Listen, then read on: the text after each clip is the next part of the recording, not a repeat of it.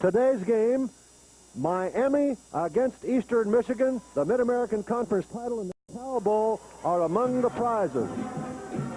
The chilly winds of autumn have rudely intruded into Yeager Stadium, Yeager Field in Oxford, Ohio.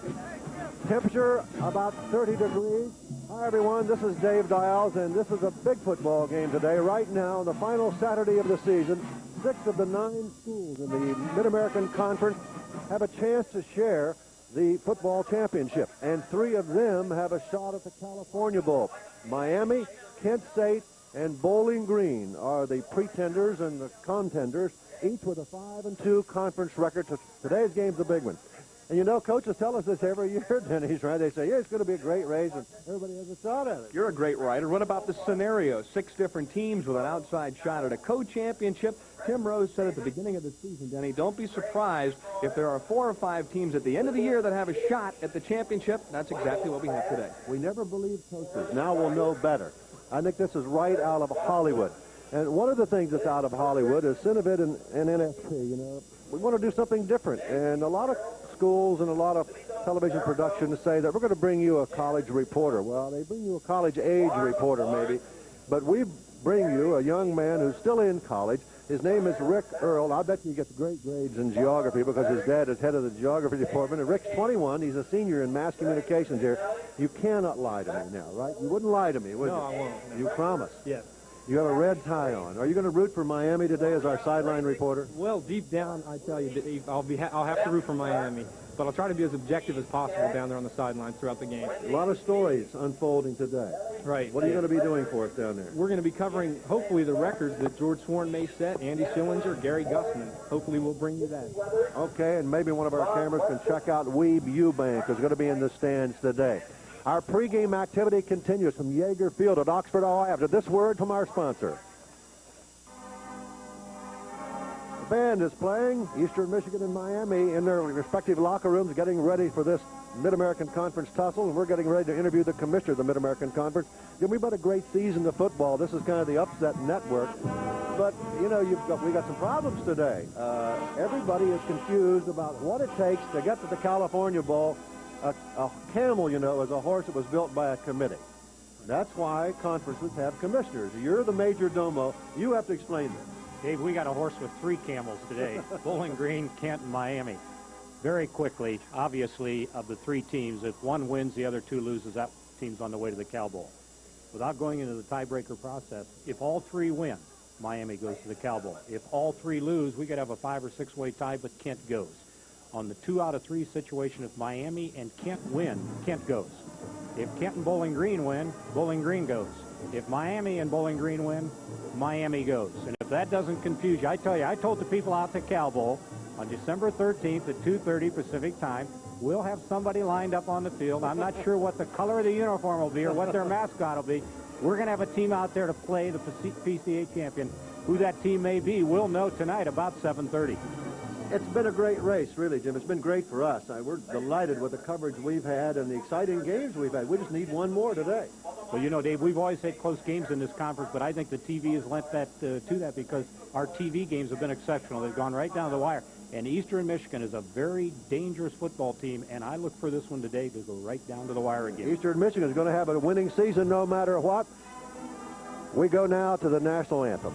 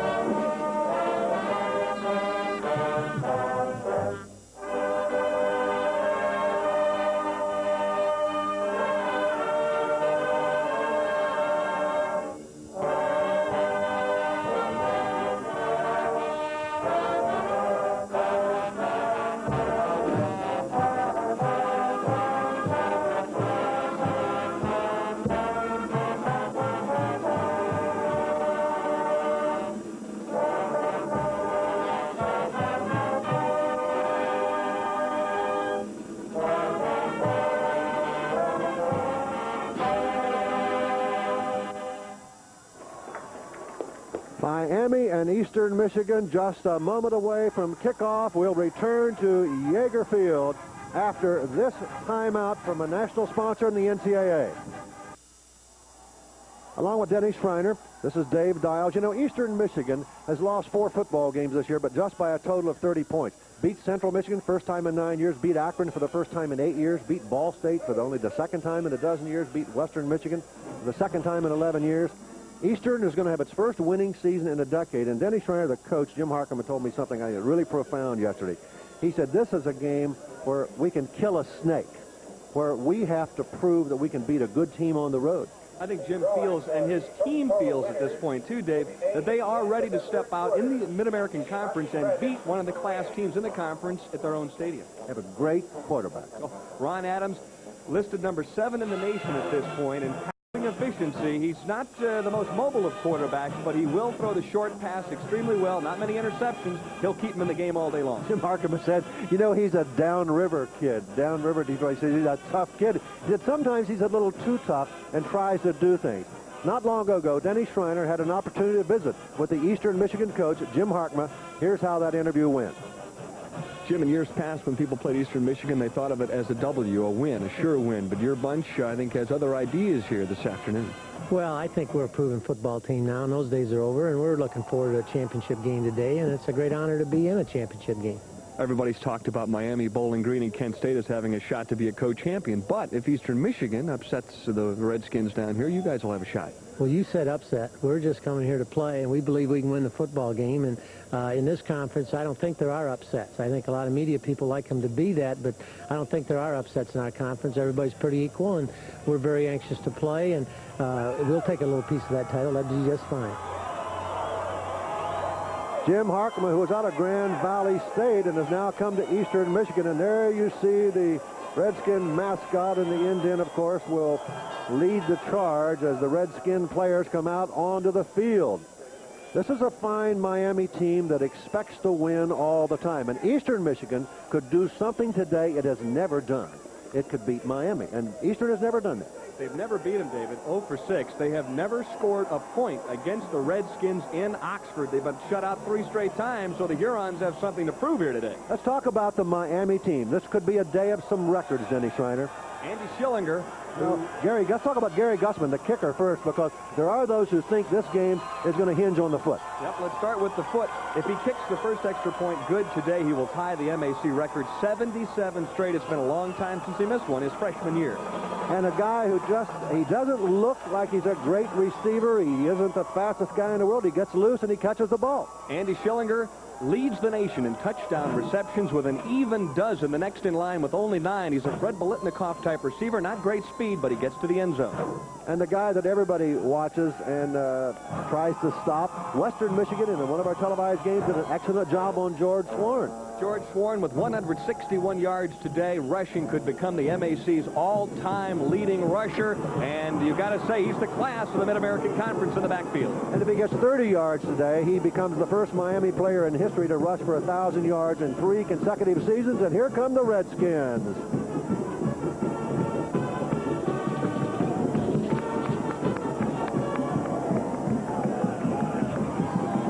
You know, Miami is the cradle of coaches. The Redskins have turned out one outstanding coach after another. The last dozen coaches here have been promoted. Dick Schreider tells me that he won't be able to keep Tim Rhodes more than another season. And just a few minutes ago, Denny had a chance to talk with the Miami coach. At this time, we are pleased. Tim, you're in a position now where you're really not in control of your own destiny. And how do you feel about that? Well, for the first 10 weeks, we had a chance to do it, as you said, and we don't have an opportunity today, but we're still playing for a title. It's a great opportunity to be having a chance to win a championship. So we have to win today, and we know that that's at stake for us. Both defenses have struggled from time to time, but the offenses on both sides are very good. Yeah, you'd probably consider this being an offensive game, but in a game like this, you never know. It could be a 10-7 game, a 3-2 game. Who knows, you know, but I would think off the stats, you expect both offenses to move the football. Eastern Michigan and Miami, the kickoff just a moment or two away. Stay tuned along NSP and Cinevid. We'll be right back after this word from our national sponsor. Miami, as we mentioned, 2 prizes at stake here today. As we watch number 3, Gary Gussman, getting ready to kick it off. He does everything, this young man out of Punta Gorda, Florida. 38 of 38 extra points. He's made 76 straight of those. 13 of 16 field goals this year. The Redskins have to suck up their guts and win this game today to have a chance for the California Bowl, and Glenard Smith, number 9, is deep, along with Bob Foster. And it's Foster with the ball, and he's across the 20 to about the 25-yard line.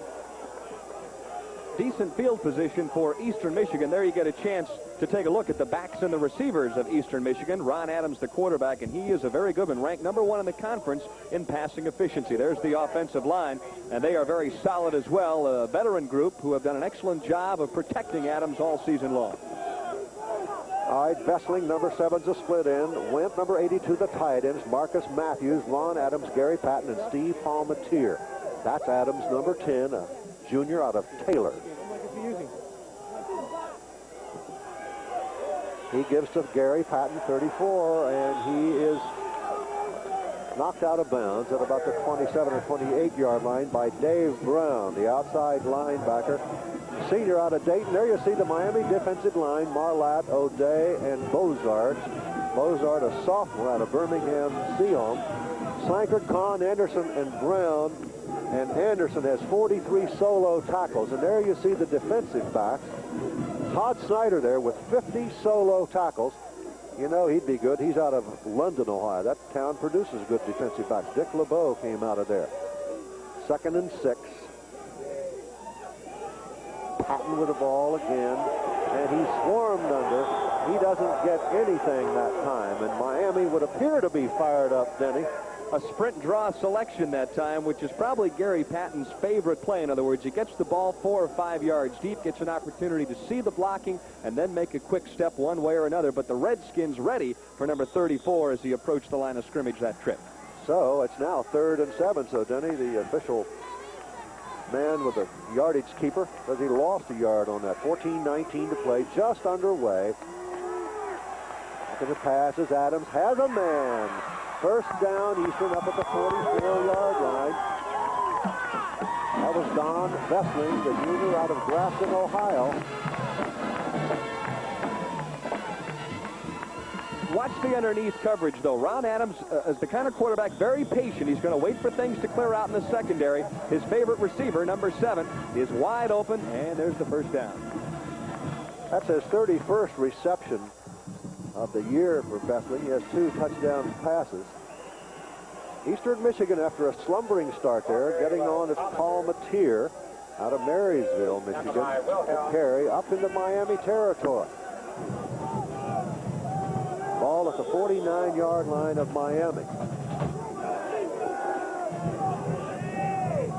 A late arriving crowd, shall we say. It's a touch chilly out there, but I think you'll see as the game wears on, there'll be a nice turnout. Jim Harkema, he's braving the elements today. Not like Bill Hess used to do at Ohio U or Woody Hayes with a T-shirt. Look at this hole in the middle for number 34, Gary Patton, and he's across the 40, across the 35, down to the 33. He could have driven a truck through that hole, Denny Schreiner. Well, if you get the idea that Eastern Michigan has come to play here this afternoon, you see it in the opening drive. What an outstanding player. Gary Patton, ranked at this point number 2 in the conference overall rushing, and he is one of the better players in the Mid-American Conference. Bobby Anderson, the 3-year letter winner out of Detroit Cooley, in for Bessling. Jamie Wilhelm on the stop. Ball is at the 33-yard line. 13 minutes to play. Pass is complete to number 82, Ron Went, the tight end. He's down across the 25. Pass is complete to Wentz. What time is Miami's wake-up call? It better be soon. Boy, Eastern Michigan with just a picture-perfect drive. I was going to say that's Went came up with a big TD catch against Miami last year. There you see the numbers for this season. Nice tight end averaging better than 10 yards per catch. 12:51 to play. Eastern Michigan's Hurons, long the doormat of the Mid-American Conference. Those days are over, and that's Palmatier, number 43, the first man through in the middle. He looks like a fullback. There you see the Miami coach, Tim Rose. Palmatier is 6 feet tall, 215. He can catch the ball, too, Denny. I was going to say, a very versatile performer, David. You made a good point there. 23 receptions on the year. It gives you the idea that Eastern Michigan will throw the ball to both of their running backs. Do anything. Eastern will do anything. Ball is at the 19, 2nd and 7. In motion. is Radilla. And the quarterback keeps it himself and gets across the 15, but we have a flag on the play. Number by Anderson. Jeff Anderson, the senior out of Centerville, Virginia. When you talk about people drawing and attracting people to their school, Miami has 14 young men from Michigan on its roster. And Eastern Michigan, penalties against Eastern, has 7 Canadians. A legal procedure called against Eastern Michigan, David. That's the first mistake that the Hurons have made. Now let's see if Miami can stabilize on defense and maybe come up with a big second down play. Miami hasn't done anything so far. The first couple downs were fine. And on 3rd and 7, Eastern opened it up. Both defenses, Eastern Michigan and Miami, have had good days and bad days. The illegal procedure. 6 men on the line. Second down. I was going to say, finishing the point, the offenses are very talented, but the defenses, they've had highs and lows. 6 men on the line. You got X7 there. There you see the quarterback. Ron Adams, a junior, looking to pass, has a man. That's Patton. He's across the 20 to about the 18. Now, Patton is versatile, too. He's run over 200 times now, and that's the 34th pass reception for him this season. What's so great about a player like Gary Patton is not only can he run off tackle, also beat you around either end, but he can also go out and catch the football. When you isolate a running back like Gary Patton on a linebacker, that guy's going to have a long afternoon. Bet on Patton if that happens. The ball is at the 18-yard line, 11:25 to play, first quarter, no score. 3rd and 6.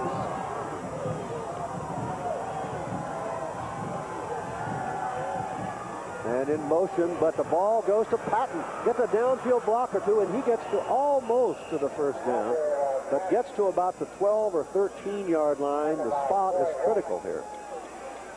Watch what happens. Miami in a stunt. The linebackers are shooting. Patton sees it, makes a break outside. You'll see it right here, David. If he cuts it back towards the middle of the field, he might have a touchdown. Obviously didn't see the block being set, and there's a big play in the secondary there to stop him from gaining the first down yardage. We have number 77, Randy Gebhardt, out of New Albany, Indiana, checking in at the strong tackle position. He's a guy who's listed on both the offensive and defensive sets today. It's going to be 4th down and 1. Hennigan will have it down at the 20. It'll be a 30-yard field goal. He's a straight-on kicker. It kind of gets up there and dies, but not until it crosses the bar. And so, with timeout on the field, 10:18 to play in the first quarter, Eastern Michigan, for the first time in its history, has scored a point at Oxford. Eastern leads the Redskins of Miami 3-0. A word from our sponsor and your local station. Along with Denny Schreiner and Rick Earl, this is Dave Dials. And you know, the Eastern Michigan kicker, Tim Hennigan, has one of those old shoes laced up like they used to have. See that? That's the old Luke Rosa toe. Yeah, Tom Dempsey. A straight-on kicker. Thomas and Sworn are deep, and Thomas has it at the 12-yard line. Getting some blocks, getting some opening, breaking into the clear. Up to midfield, into Eastern territory to the 42 or 43. Fine return for the Redskins, Chris Thomas. Special teams are so important, especially in the big games. Thomas, the #1 kick returner in the Mid-American Conference, averaging better than 27 yards a carry, will get the Redskins off on the right foot. And here you see it. Number 20 gathers it in. What a great job of blocking along the left side here. You'll see the near side of the field. Chris Thomas averaging nearly 28 yards a return, chucks one blocker, and one would-be tackler makes a great cut inside. Miami's in business. 44-yard return to the 43-yard line of Eastern Michigan. And the young quarterback from California passes, and the defensive man falls down. It's marked at the 29-yard line. Joe Palka on the stop, and Andy Schillinger. You might as well go to him right away and say, this is the hand we've been dealt. This is what we're playing. He's had the hot hand all season long. 12 touchdown passes as you see the Miami offense, and it's a dandy of a backfield. Boy, you talk about some all-conference players, topped off, of course, by the great tailback George Sworn. Ball is at the 29-yard line. First down for Miami. The Redskins smarting here. That was really not the Ball State offensive line.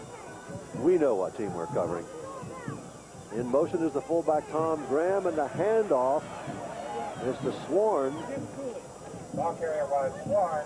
Scott Wyka, a sophomore out of Dearborn Edsel Ford, the inside linebacker, number 98 on the stop there. Gain of 5, 9:43 to play. Do you think, Dave, perhaps that George Schwarn is a marked man? All he did was rush for a career-high 326 yards and 4 touchdowns against Eastern last year. You know what Harkema told me about his team here 2 years ago? He said, we came here and died. He said, we're not going to do that this year. He said, we were not in the game ever. 2nd and 5, 9.5 minutes to play. First quarter, Eastern Michigan leading. Schillinger in motion. Morris looking, throwing over the middle to Schillinger. Gets one block and gets down. I think he has the first down. Joe Palka out of Temperance, Michigan, who went to Toledo Catholic on the stop. There's the Miami offensive line. I wonder what Dan Dalrymple is weighing these days, David. Dan Dalrymple says he weighs 299. He's a young man out of Port Clinton. I'll tell you a guy that's really good on that line is Matt Kemper. And you know who helped recruit him? Dick Schreider, the athletic director here, who coached at Gallipolis, Ohio. Kerr, Ohio, is right near there. He went to North Gallia High. Miami first down at the 18, trailing Eastern Michigan 3-0. Sworn across the 10 to the 8. A lot of people don't realize this either. The fact that George Schwarn, for all intents and purposes, has played his entire senior season with a bit of a hamstring pull. And there you take a look now at the defensive line, and it's a good one. The only 4-3 defense that's played in the Mid-American Conference, and done so very well by Eastern Michigan. But getting back to that Schwarn story, he's pretty much been the unsung hero. He's not having the great senior season, but he's been injured all year long. Well, so much is expected of him. And as you say, he has not complained. And it's been one of those nagging injuries. If you could say this is broken or this and then fix it right away, it'd be different. But it's one of those things that hangs on. He's lost the step to the hole and hasn't gotten through the hole quickly enough. 2nd down and about a foot. The ball is at the 9-yard line. In the backfield for Miami, Terry Morris, the senior out of El Cajon, California. The tailback, number 44, is George Sworn, the senior from Mansfield. The fullback is Tom Graham, the Don Nottingham lookalike, the senior out of Lancaster, Ohio, and he has the ball, and he's down to the 2. He can smell the goal line, okay? Smell the goal line, and when you're his size and his weight with that solid speed and the big shoulders, it's a nightmare for those defensive backs who have to step up there and try and shoulder him down. He gets lost. They can't find him. His program height is 5'8". So you know that's got to be what, maybe an inch or two long? I think that's his width. Could be, but he's very effective. 13 touchdowns inside the 10. And he's averaging 3.3 yards a carry. There you see a great shot of the quarterback, Terry Morris, 16 touchdown passes. That's Graham, and he's down to about the 1. This young man, Scott Wyka, made the stop. You know, this young man, Terry Morris, whom you got the wonderful close-up picture of him there, number 7. He has broken all of Miami's passing records for a season. He's completed over 60% of his passes this year. He's thrown for 1.25 miles, 2,128 yards. And I'll bet you Graham gets the ball again at 7.5 minutes to play, first quarter. Eastern Michigan 3, Miami, no score yet. Graham, touchdown, Miami. Well, the #1 scoring team in the Mid-American Conference, averaging better than 30 points a game, didn't waste much time in taking it down the field. You know, I don't know whether we're going to see that again, but you know, the quarterback, Terry Morris, almost fell down and just barely got the ball to Graham. 7:21 left in the first quarter. The Redskins assert themselves as we see Gary Gussman, and this point after, the odds are he's going to make it, will tie the all-time Mid-American Conference record of 77 set by Ken Krotz of Toledo. Spotted, booted, up, good. He is the record-tying kicker in the Mid-American Conference. 7:21 to play in the first quarter. The Redskins of Miami 7-3 over Eastern Michigan. A word now from our national sponsor. Along with Denny Schreiner and Rick Earl, this is Dave Dials. We're at Oxford, Ohio. Not exactly a sun-swept stadium scene today. Sun is hiding. It's up there, though. Gary Gussman, 77 consecutive point after. Miami scores again, he'll break the record. He's a junior out of Punta Gorda, California. And there you see Glenard Smith, the junior out of East Lansing, averaging 29 yards a carry on the return. Interesting note about Gusman. He was recruited heavily by LSU. Nearly went there and said after the Redskins beat the Tigers down there in Baton Rouge this year, boy, it was kind of strange because I really could have played at LSU, but I'm glad I'm in Miami. 7 plays, 43 yards on that drive. The kick goes to Glenard Smith at the 4. Gets a few blocks up in front of him, gets those opening, and gets across the 30, across the 40 to the 42. He's quick. Both special teams off to a very fast start. This is a big football game, and I think, Dave, you sense the fact that both teams are very well prepared for the matchup here at Yager Stadium. Stand by. Let's go down to the field, and Rick Earl, our student reporter. Rick. We're here with Mrs. Sworn, George Sworn's mother. How does it feel watching your son play in his final collegiate game? Oh, it feels real good. It feels so sad, too, to see the last game. Who's going to win? Miami, of course. Okay, thank you. And now back to the booth. All right, lovely lady from Mansfield, Ohio, very proud of her son. Moving from the 41-yard line is Eastern Michigan. Gary Patton on the carry there. He may have gotten a yard and may not have.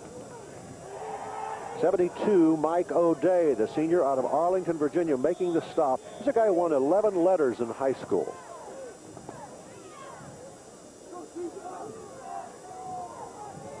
One of the big games being played today in the Mid-American Conference, Denny, is up at Kalamazoo, Michigan. They had to sweep the snow off up there. No kidding. Kent State and Western getting ready to shoe it up. The pass is Adams. It's deflected and almost intercepted. Adams had all day to look downfield and throw it.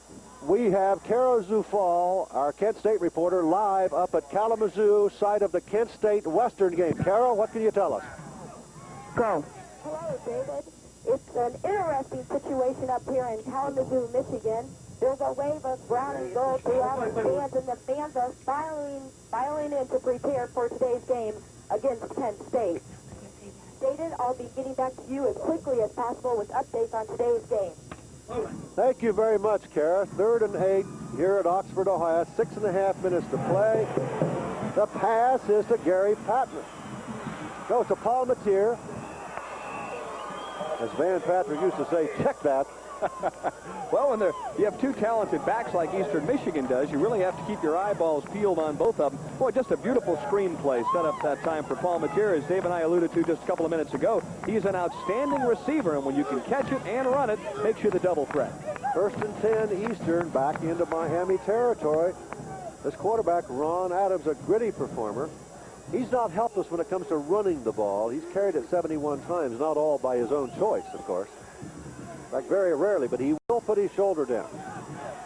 Pitches back to Patton. That doesn't get much. The play took too long to develop. The reason why is because the defensive interior line did a nice job of stringing out the play down the line of scrimmage. You're right, Ron Adams doesn't run a lot, but if you have a quarterback, Dave, that has the ability to run a little bit of that option to either side, it just keeps that defense, well, a little more in check. Makes them respect the fact that you can do things like that. There you see Jim Harkema watching his quarterback, Ron Adams, 6 feet tall, 195. A guy who's the game breaker, in addition to Patton, the tailback, is Marcus Matthews, number 93. Patton looking for him. He's looking for him right now, but he finds Patton. And Patton gets down across the 40 to the 37 or 36-yard line. Let's go to the sidelines and Rick Earl. I'm here with the Redskin mascot, Tomahawk. Tomahawk, what do you think of this 7-3 score? Can you tell me who's going to win? Thank you, Tomahawk. Now back to the booth. Soft-spoken. Yeah. Matter of fact, you could say speechless. 3rd and 2. Ball from the 37, 4:44 to play. Eastern driving, trailing Miami 7-3, and that's Gary Patton out of Lorain, Ohio. He doesn't get it. Mike O'Day, number 72, proves that 11 letters he won in high school was no fluke. It was a big third down play. Now Jim Harkema faces a situation. Do I go on 4th and a yard? As you see Tim Rose, he's wondering what Harkema is thinking himself. Well, it's a little out of Tim Hennigan's range. He can't kick a field goal. Well, I think you got to go for it at this point. You're trying to become the co-champs. You got nothing to lose. It's just a football game, and you got a whole winter to think about it. 4th and a long one. In motion. And in the middle is Steve Palmatier, and he has the first down.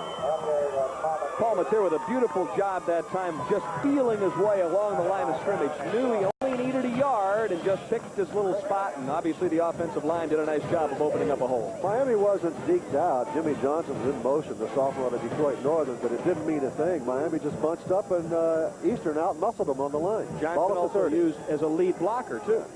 Ball is at the 30-yard line. Eastern with another first down, trailing 7-3. Adams looking to throw, going for it all. Has a man, has a touchdown. Marcus Matthews. Did we just get through saying that he's the game breaker? Boy, Marcus is having some fun in that end zone. He and Gary Patton have got a little shtick there. There's Adams with a high five. Here we go. Eastern Michigan going on top after the big 4th down play. Adams with plenty of time sights his wide receiver. And Marcus Matthews with touchdown number 4 beats that Redskin secondary. And Sheldon White, number 16, and Todd Snyder, number 35, would like to just pull a little lever and cover up their uniforms so the crowd can't see the numbers on them. This is Hennigan trying to put Eastern up by 7 and does it. Going afterwards by It's 10, or by 3. It's 10-7. Eastern Michigan with 3.5 minutes to play, first quarter. We're going to take time out from Yeager Field for a word from your local station. Along with Denny Striner, this is Dave Dial. 3:36 to play, first quarter. We're not going to have a titanic defensive struggle, Denny. 10-7 Eastern. There you see Hennigan's boot, a short one. Coming down to a lumbering giant. We'll get his number in a minute. He didn't expect to get that, and neither did we expect him to get it. We'll wait till the umpile. Number 89, Mike Cousin out of Columbus. And it's right at the 35-yard line. There you see this $200,000 scoreboard. And athletic director Dick Schreider, several companies came to him and said, hey, we'll pay for that scoreboard. And Dick says, we'd rather not clutter it up with advertising. In this day and age, you don't see many of those. That's not the Miami way of doing things, Schreider said. There's one of the brilliant athletic directors in this world today, Dick Schreider, and a nice man. Terry Morris to pass, and he has George Sworn. Sworn's 42nd catch of the season. Scott Weica out of Dearborn Edsel Ford on the stop. There you see Eastern's drive, 8 plays, 59 yards. And I think that's the first time that Adams had even tried to find Matthews. He could use him as a decoy. Well, you just have to save the best for last. Well, hopefully it's not the last. Ball at the 41-yard line. 2nd and 5. Graham is in there along with Sworn, and Schillinger is split out. He's looking for Schillinger. He finds the tight end, David Dowd. Joe Palka in on the stop, but the ball is down to the 42 or 43-yard line. We go to the sideline. I'm with the Miami Redskins resident Indian, Dan Spidell. Dan, can you tell me who's the #1 team on the field? Oh, the Miami Redskins. We're down right now, but I'm sure we'll come back and win. All right, thank you very much. And now back to the booth. My daughter's in the booth with me today, Beverly, and I'm always delighted she didn't bring home a boy with hair like that. 1st and 10 for Miami. Graham and Sworn in the backfield, and Sworn has it, and he's upended by a fine tackle by number 98, Scott Weica. What a game he's having on defense. That's him, number 98, 6'3". They list him at 210. Come on. It's amazing. 210 from the belt up. He is a very strong individual, a redshirt freshman already this year with 52 tackles, just one of Arkema's brand new linebackers. Arkema is really recruiting, and he coached at Grand Valley State, so he's known around the state of Michigan. 2nd and 8, the ball from the 41, a long 8. And Morris back to throw. Has a man. Sworn across the 40. But again, sure tackling. Number 16, Mike Skyver, the senior out of Livonia. Mike Skyver, a second-team All-MAC performer in 1985. And there you see the numbers on George Schwarn. Getting back to Skyver, 4 intercepts this year, 89 tackles last season. And so for a rover back or a strong safety performer, he's in on many, many tackles. You know, the first guy I remember as a rover back was George Webster, number 90 up at Michigan State when Duffy's already came up with that term rover back. He was the one with the long arms, wasn't he? Oh, boy, is he a player. He was a man against boys. 3rd and 6, Morris looking, throwing, going for it all. He throws it short, and Schillinger has the ball. What a catch. Charles Gordon, who's a real freshman from East Lansing, got burned on that. He couldn't believe that Schillinger would come back for it. There's the big play man, Andy Schillinger, with 12 touchdowns. Nearly made it the magic number 13. Here's a look. I think what you'll find here is the fact that Gordon has excellent pass defense set up, but he gets turned around, doesn't look back for the ball until it's too late. The offensive receiver always has the advantage because he knows the timing of the pattern. Schillinger pulls it in. Just another big play for number 27. To the 3-yard line, a gain of 36 yards. 1st and goal, Miami. Final minute of the first quarter from Oxford. And the crowd is still late in arriving. The tight end, Dowk, is in motion, and we have the Golden Gale from Lancaster, Graham, in there, the fire plug. The thing, getting back to Schillinger, Dave, the thing that amazes me so much about this young man is the fact he did not catch a pass last year, caught 3 or 4 as a sophomore. Now he erupts as a senior into a leader in the nation in touchdown receptions. Let me ask you something about Graham. If you go into Baskin and Robbins or a Pizza Hut or something, and he wants the seat, or you've got to give it to him. Well, the whole key with Graham is you've got to get there first in order. Call him sir. Ball at the, really at the 2.5-yard line. Uh-oh. That's the end of the first quarter. I thought maybe Miami had taken too much time, but that's the clock expiring, and so we're going to switch ends of the field. The score is Eastern Michigan 10, the Miami Redskins 7, the MAC Championship and the Cow Bowl at stake. A word from our sponsor and your local station.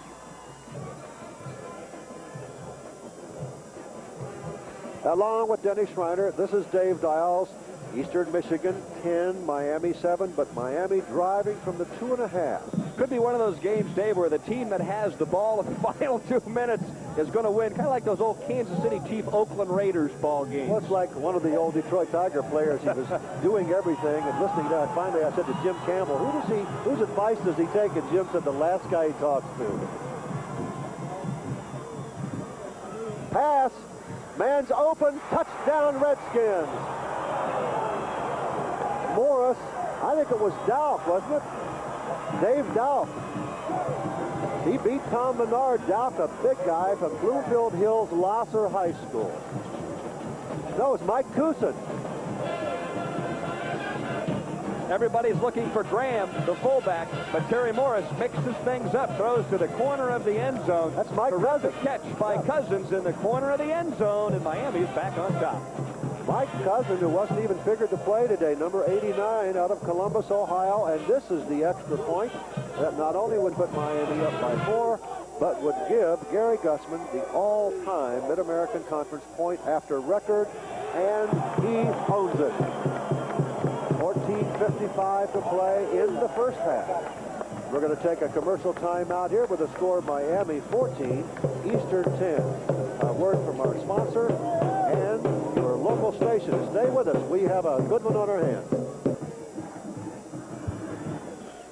Dave Dials back at Yeager Field, Oxford, Ohio, 14:55 to play. John Stoitsiadis, I may only try to pronounce that once. He's deep along with Leonard Smith and Bob Foster. There's the Miami scoring drive. Morris to Cousins, 14-10 Redskins. And Gussman's kick goes to the deep man Smith at the 8. Up the middle, he bolts again. Gets across the 30 to the 36-yard line. Well, he's a darter, isn't he? They have to quit kicking to number 9 because he has really been a factor. 29-yard return, and that was nearly all the way back for a touchdown. Leonard Smith, 5'6" and 150. He's one of those guys you can't find out there. gives that offense such a lift, too, when you start with good field position. Well, you're starting from your 36. That's not bad, you know. First and 10, 14:48 to play. Eastern now trailing Miami by 4. So far, nobody stopped anybody.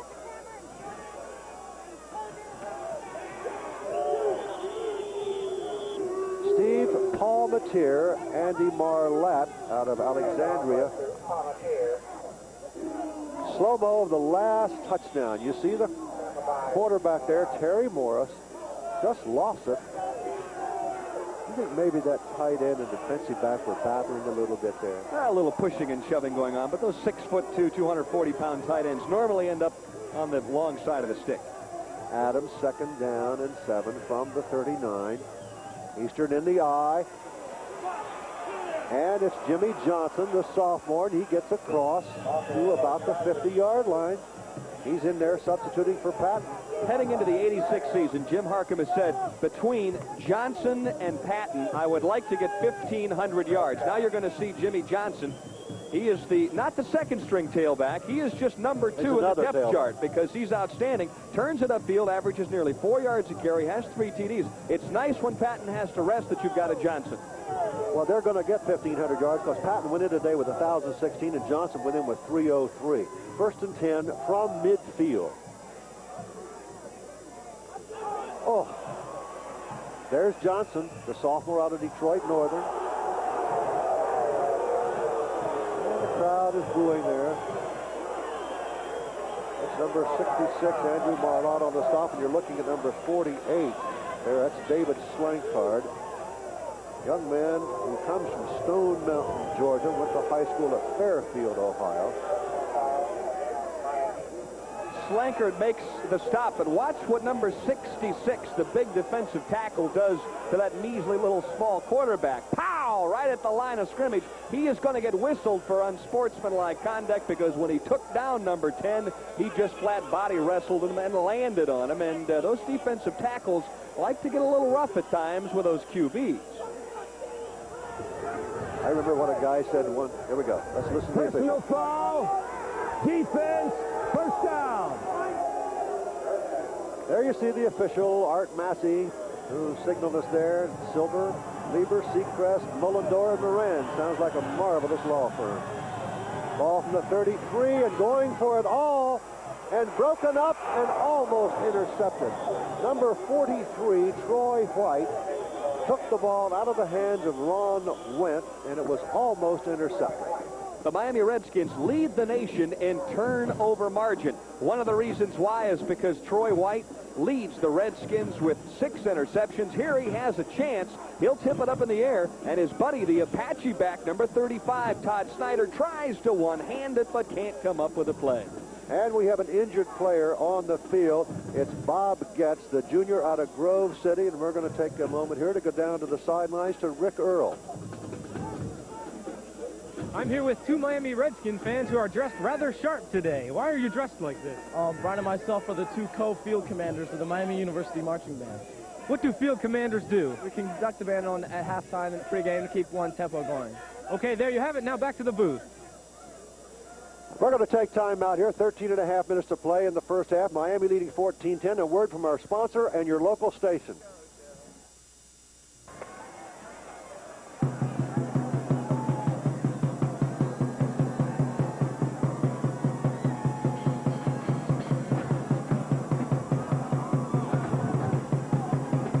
Bob Getz, number 93, the injured player, being helped off the field. A little minor work on that left knee, but it appears as if the big fella's going to be able to walk it up. Don't know whether or not we'll see him back here in this quarter. 14-10 Miami, but so far Miami hasn't been able to stop the Eastern attack, led by Ron Adams. I formation. He has Palmatier and number 3, Jimmy Johnson. He doesn't get much. On a 2nd and 10 call, he gets across the 30 to the 28-yard line. Johnson is 6'1", 195. Marcus Matthews, number 93, is the flanker. Palmatier, number 43, is the fullback there. You see the yardage, just about even. Ball at the 29, 3rd and 5. Will Adams pass it? Nope. He's going to hand it off and run. It's going to be Jimmy Johnson with the ball, and Todd Snyder out of London, Ohio, helped out by Pete Mather, the junior out of Cincinnati, on the stop at the 25-yard line. Call it the 26. In essence, though, Dave, you're in 4-down territory. Jim Harcum certainly realizes he's going to have to outscore the Redskins here this afternoon. So it looks as if the guys in the white will maybe go for the 4th down try, but they're going to call a timeout to maybe talk it over. Got to think it over first.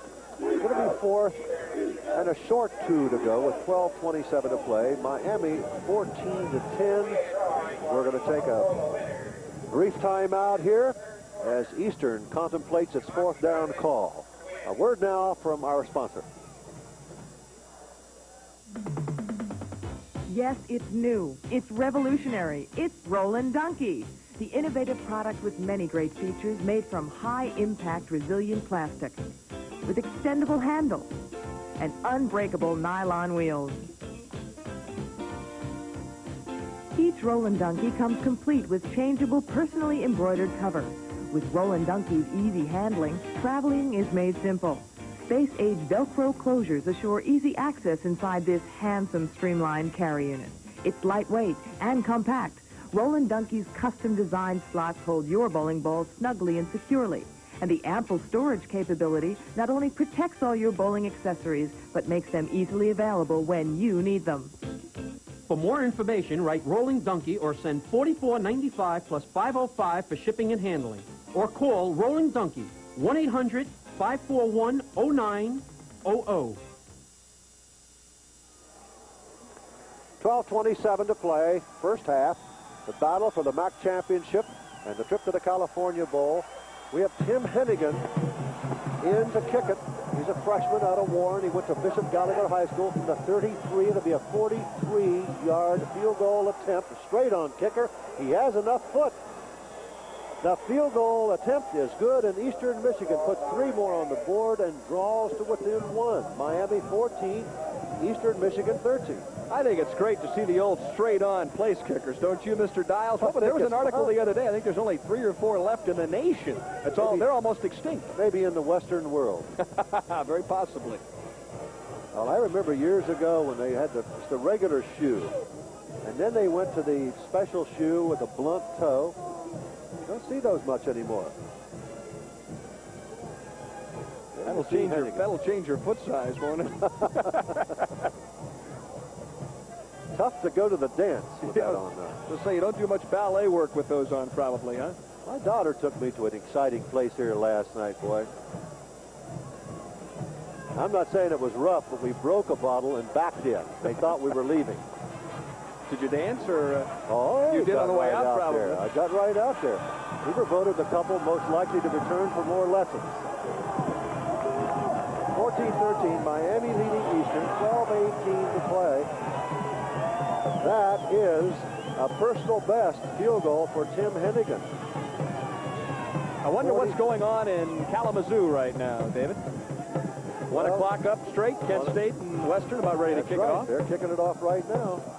I'm sure they're probably aware of the score here from Yager Stadium. I would imagine. What do you think's going to happen today, Denny? You've been covering the Mid-American for a long time. How could you bet against Kent State? I think they're a team of destiny right now, so I wouldn't be surprised if the Flashes come up with a victory. But as we mentioned, there's snow on the field, and when it's slick, anything can happen. The kick goes to Sworn at the 10 on the short side of the field and almost breaks it and gets up to the 30-yard line.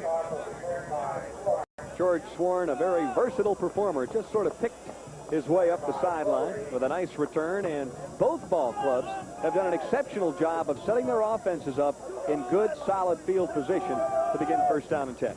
Rob Fogarty on the stop. We're going to the sideline.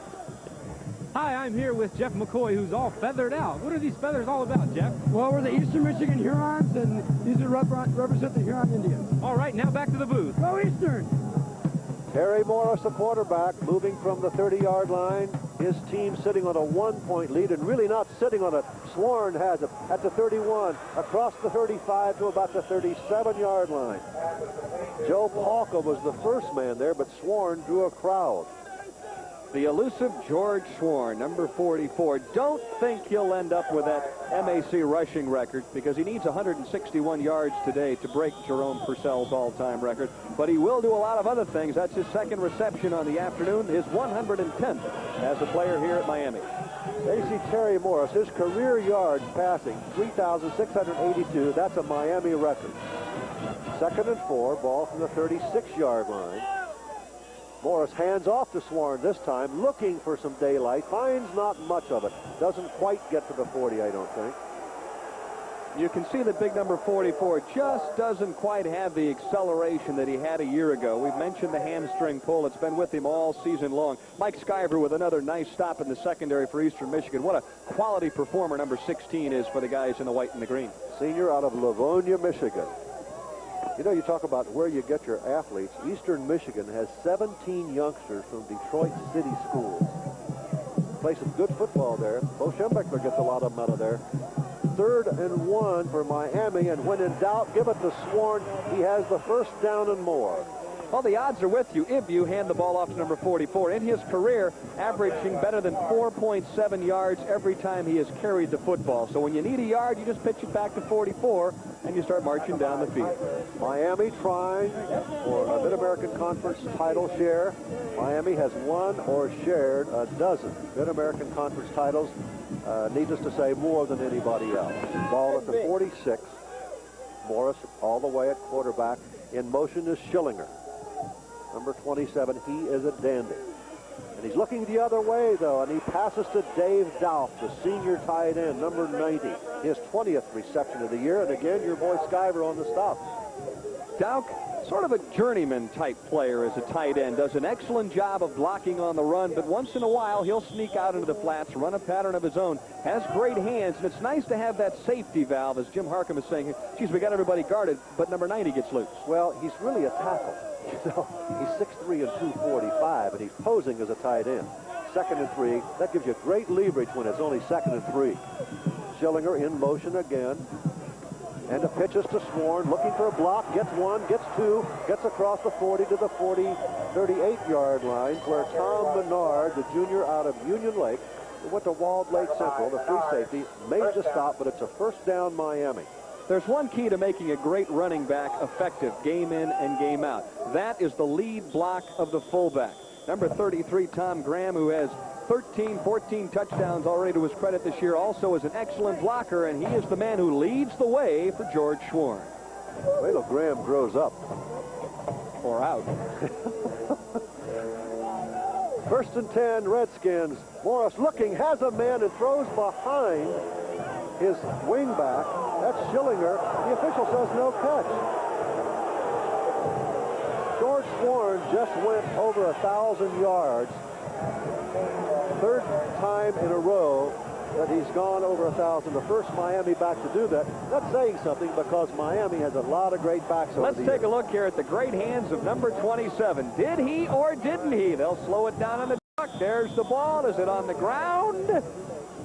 No, I think number 27 had himself a reception. I think he caught it. I think the official blew it. Oh, it's easy to say that up here in the booth. No, I think he did. You know, they're human. I mean, if we keep doing this long enough, we'll make a mistake. 2nd and 10, Morris looking. There he has Doubt. Ball at the 31, maybe. Mike Skyver on the shot. If we have a different angle, maybe the ball was on the ground. Andy Schillinger already has 3 receptions on the day. Does he come up with this one? Boy, they're really doing an outstanding job. And the truck, the nose of it may touch the ground, but I'd say he had the majority of the football. I don't. It's anybody's guess. But I know one thing. The officials will win out in the end. As it should be, though. Yeah, you can holler and scream if you want. Ball at the 31. It's 3rd and 3. Critical down. Morris trying to draw Eastern offside. Can't do it. Looks. Throws over the middle. Has his old reliable Schillinger. I think he has the first down. What a great call that time by the quarterback, number 7. Eastern Michigan, obviously in a blitzing situation. Their two inside backers were coming all the way. Morris checked off at the last second, and even though he's under heavy pressure and has two people in his face, he knows where number 27 is on the crossing pattern with his back to the secondary, and Andy Schillinger comes up with yet another big catch. And the tackle ensured by Charles Gordon, who's a real freshman out of East Lansing, number 1 for Eastern. First and 10 from the 27. Miami, 1 point ahead. Sworn, juking, trying to go wide, and a fine defensive play by Mike Skyver once again. George Sworn with an unbelievable move at the line of scrimmage, but just couldn't quite get outside to turn the corner, or that would have been a big gainer. Sitting in the booth next to us, along with the athletic director here, Dick Schreider, a marvelous man, as we mentioned, and a good friend of mine for over 30 years, is Darrell Hedrick, who for many years was a very successful basketball coach here at Miami. We'll get a shot of him in a minute, maybe. Second and 10, 7.5 minutes to play. Ball at the 27. Morris looking deep. Schillinger just knocked away at the last moment. Number 1, Charles Gordon, was in there, along with number 6, Tom Menard. Once again, Morris tries to go up top to number 27, but this is excellent defensive coverage. Schillinger burned him in the first quarter, but not this time around. Boy, what a perfect spiral. Comes down, the double coverage is there. Schillinger got a hand on it, but that was about it as Menard blocked it out. It's going to be 3rd and 10 for the 27. There you see, that's Dick Schreider right there in that. I remember him when he couldn't afford a coat. He looks a little nervous to me. He is a little nervous. Thank you, guys, in the truck, for that shot. There you see the quarterback, Morris, with a safety valve. Sworn has a couple of blockers. 20, 15, 10, 5, out, touchdown. I thought he got out of bounds, but the official signal, touchdown Miami.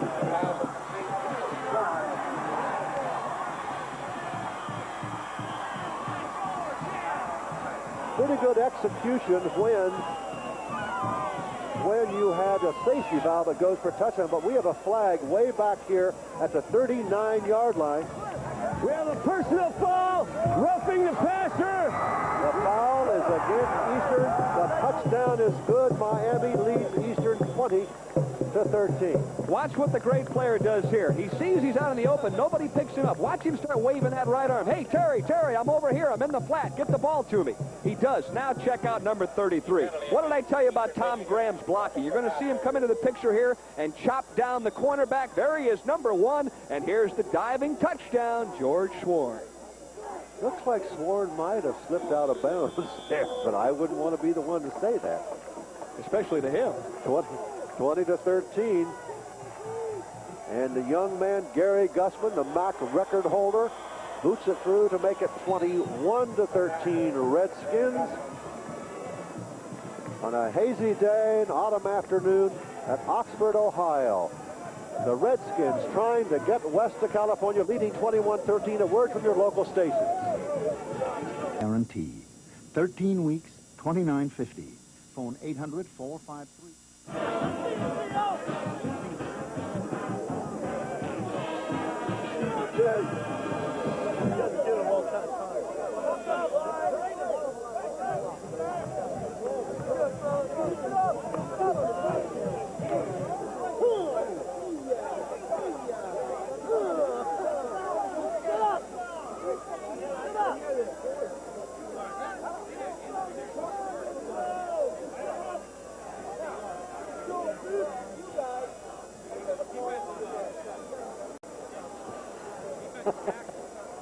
We're back live from Yeagerfield. 7:13 to play in the half.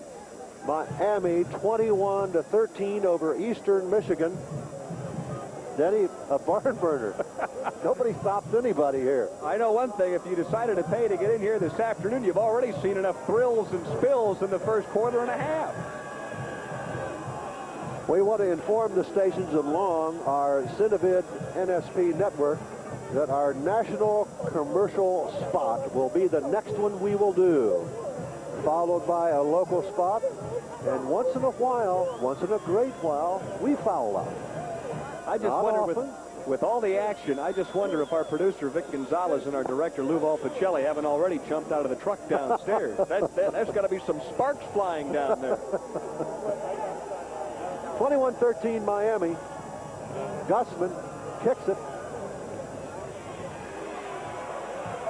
And that man again, number 9, Leonard Smith, and the cheer is because for once Miami stopped him and got him at about the 14-yard line. It was Glenn Huffman, a backup tight end, number 82, who made the stop at the 15. There's the scoring drive, 70 yards, 11 plays, the time 5:05, 27 yards from Morris to Swan. It doesn't get any better than that. Both offenses have just picked apart their opposing defensive counterparts. Eastern Michigan first and 10 from its own 15-yard line. Fumble, loose ball, who has it? Ron Adams apparently fell on it himself, but that's a coach killer. Matt Kahn, number 46, one of the inside linebackers, tried to wrestle the football away from number 10, Ron Adams, who really has made very few mistakes. But it's a game, I think, Dave, where if the offense does give up the football too many times, the opposing team's going to beat them. You know, this is a critical time for Eastern Michigan. You go down and you only get 3. You come back, Miami gets a touchdown to go up by 8. You do not get good field position here. You're at your 15. This is one of the times when you test yourself. How good are you? Now you're 85 yards away instead of 45 yards away on the kickoff. It's gut check time, no question about that for Eastern Michigan. An injured player down on about the 15-yard line. Not sure yet exactly who that is. It might be Kahn. While we have a moment here, we want to thank the coaches, Tim Rose, Jim Harkema, for providing us, as always, in this conference, marvelous cooperation. Dick Schreider, the athletic director, an old friend of mine from Miami. And Dave Young, the sports information director. Dr. Paul Pearson. Jim Streeter, the SID at Eastern Michigan. You could not have a better facility than Miami University has. There is no finer facility. Even though the excitement is there, the fans just a touch chilly, and it is number 46, Matt Kahn. As you can see, probably had the air knocked out of him, just about ready to get up and head back toward the sideline. He's a junior out of Strongsville. I'm not sure he wants to get up right now. The toughest thing about when you go for those fumbles is that you end up on the bottom of a sea of humanity, and you've got about 2,000 pounds lying on top of you, and it takes those guys forever to get off. What's like getting the last lifeboat on the Titanic, you know. First quarter score, Central Michigan leading Ball State 7-0. In the first quarter, Kent State nothing, Western Michigan nothing. Thank you, gentlemen, for that. There you see number 46, Matt Kahn, the junior out of Strongsville.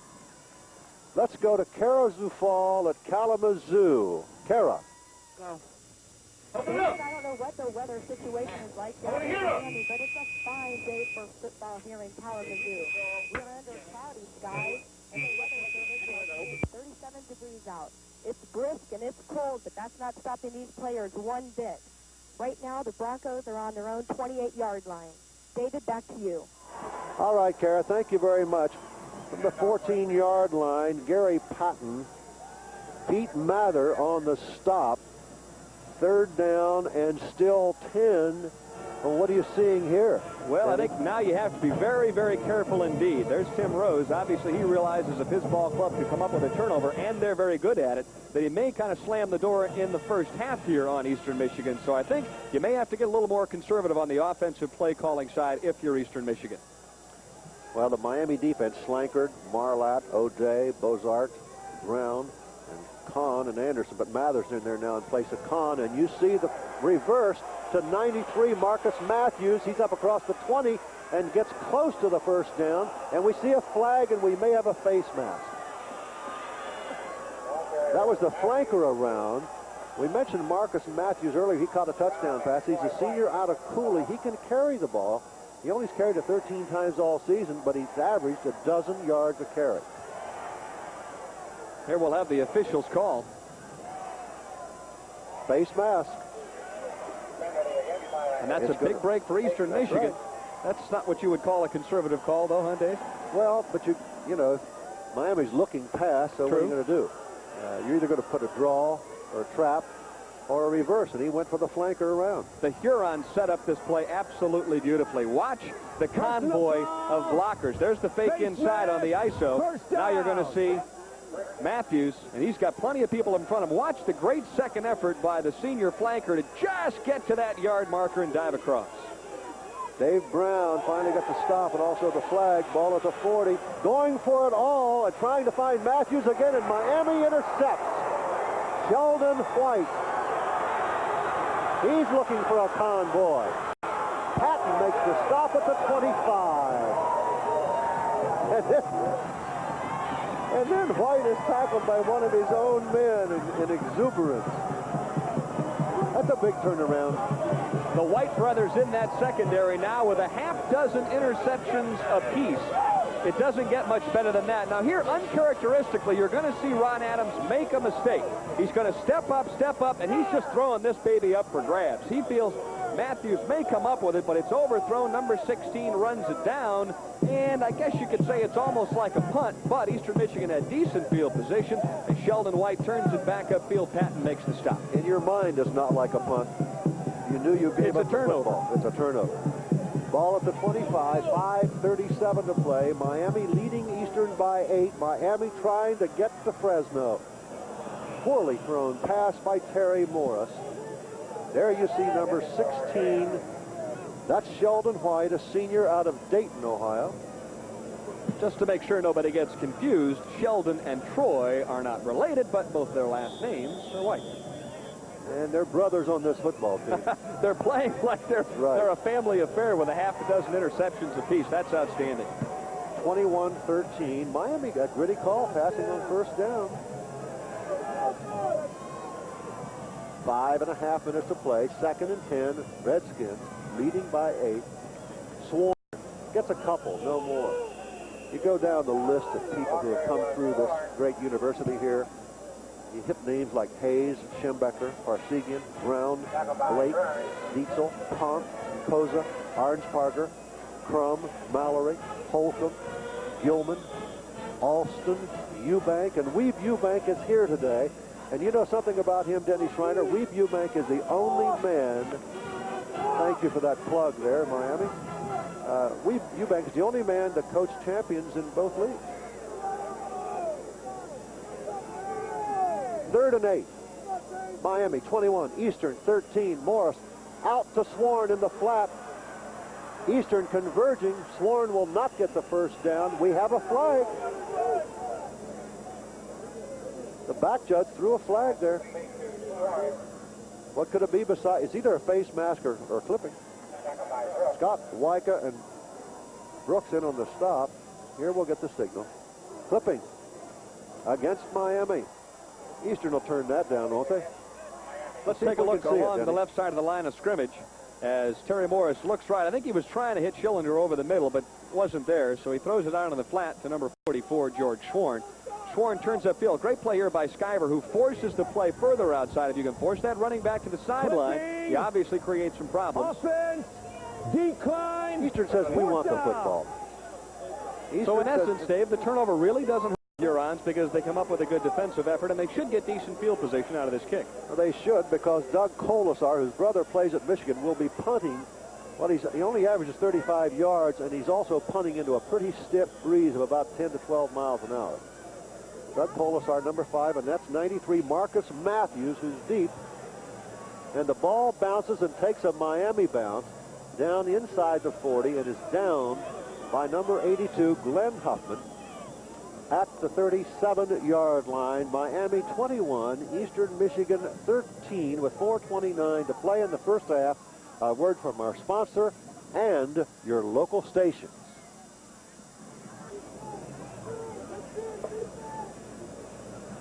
.429 to play, first half.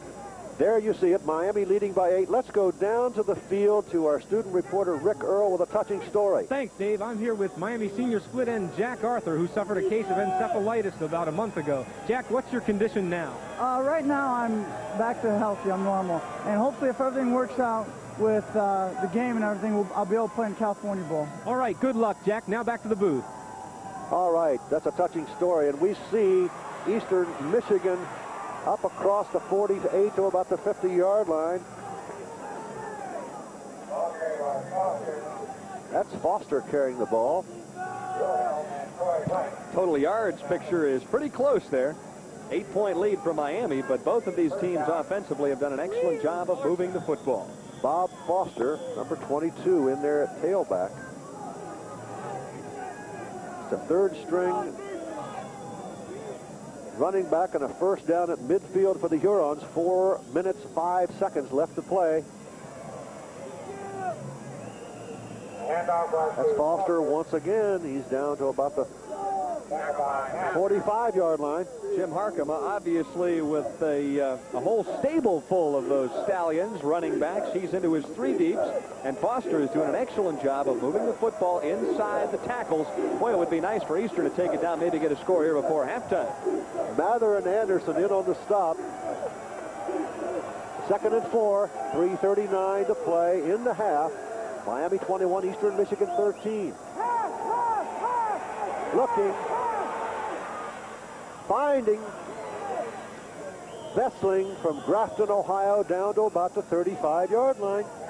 The one thing that impresses me most about Ron Adams is his presence back in the pocket. He seems to get a chance to look over the entire secondary, the entire field, before he makes his decision.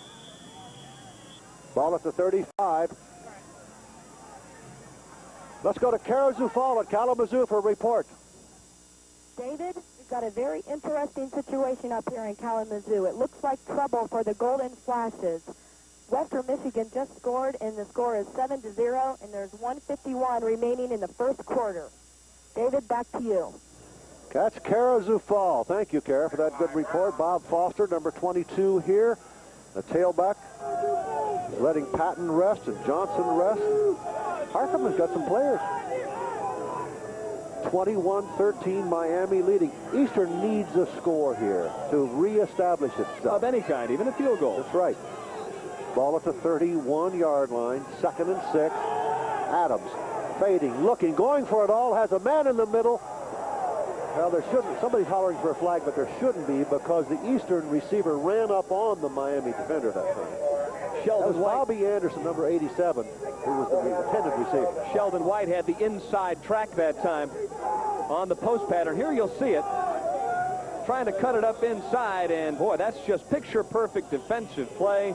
And obviously ran right up his back, and Sheldon White nearly came up with a great interception. Would have been his second on the afternoon. Wonderful camera coverage to our crew here. We appreciate that. Ball is a 31.